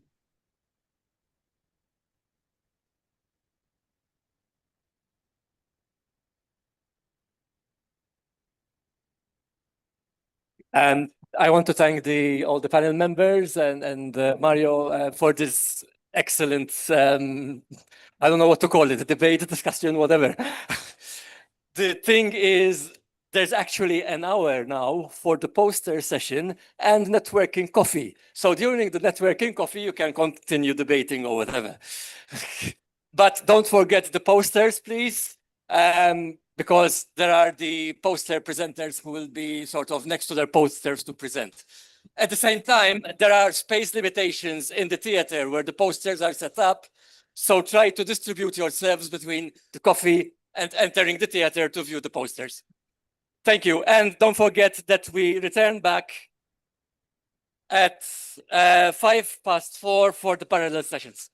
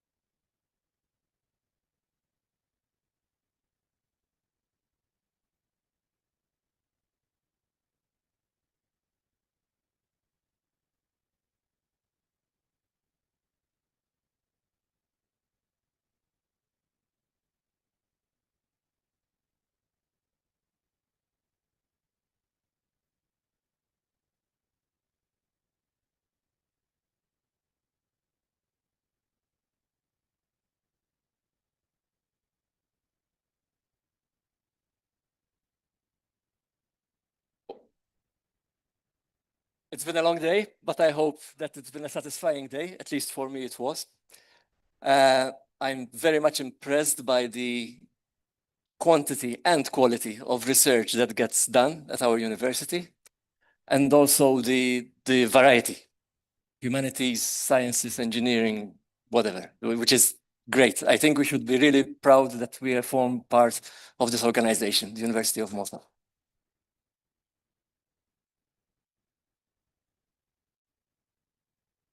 Of course, before closing, I cannot but once again thank all those people who supported me closely, the organizing committee and all the relevant units and directorates who gave their all to make this event come true. So thank you all once again. And I know it's been a very long day, so I'm not going to bore you with more words. I thank you all and hope to see you next year. Before leaving, a few practical things. A questionnaire will be sent in an hour or so to all those who registered to give us feedback about the expo. I remind you the questionnaire that I mentioned this morning, which was sent last week from the research and the knowledge transfer offices, so that we get feedback on our services to learn how we can improve them. And transportation, for those of you who booked transport, will be available as soon as we finish downstairs. So make sure that you go there on time because you'll miss your bus. Thank you so much. Just before we leave, because Simon, Pro-Rector Fabry, thanks everybody, but nobody is thanking him. And you have, well, I'm sure you do know, but I turn up for most of the meetings that look at the organization of an event like today's, which I think was a success, and hopefully it will remain as a fixed feature of the university's calendar for years to come. And Simon deals with the whole matter in an amazing manner. The organization is fantastic, and because of the individuals who are on the front row, not least key individuals who are mad enough to add a bit of spice to the gathering, not least Pierre Kassar here and Christian here, it turns out to be an enjoyable experience, despite the fact that it is bureaucratic, administrative. There are always going to be those who say, you know, this is not good enough, etc., etc. It's always a pleasure to do this together and to be led by Simon Fabry. Thank you, Simon.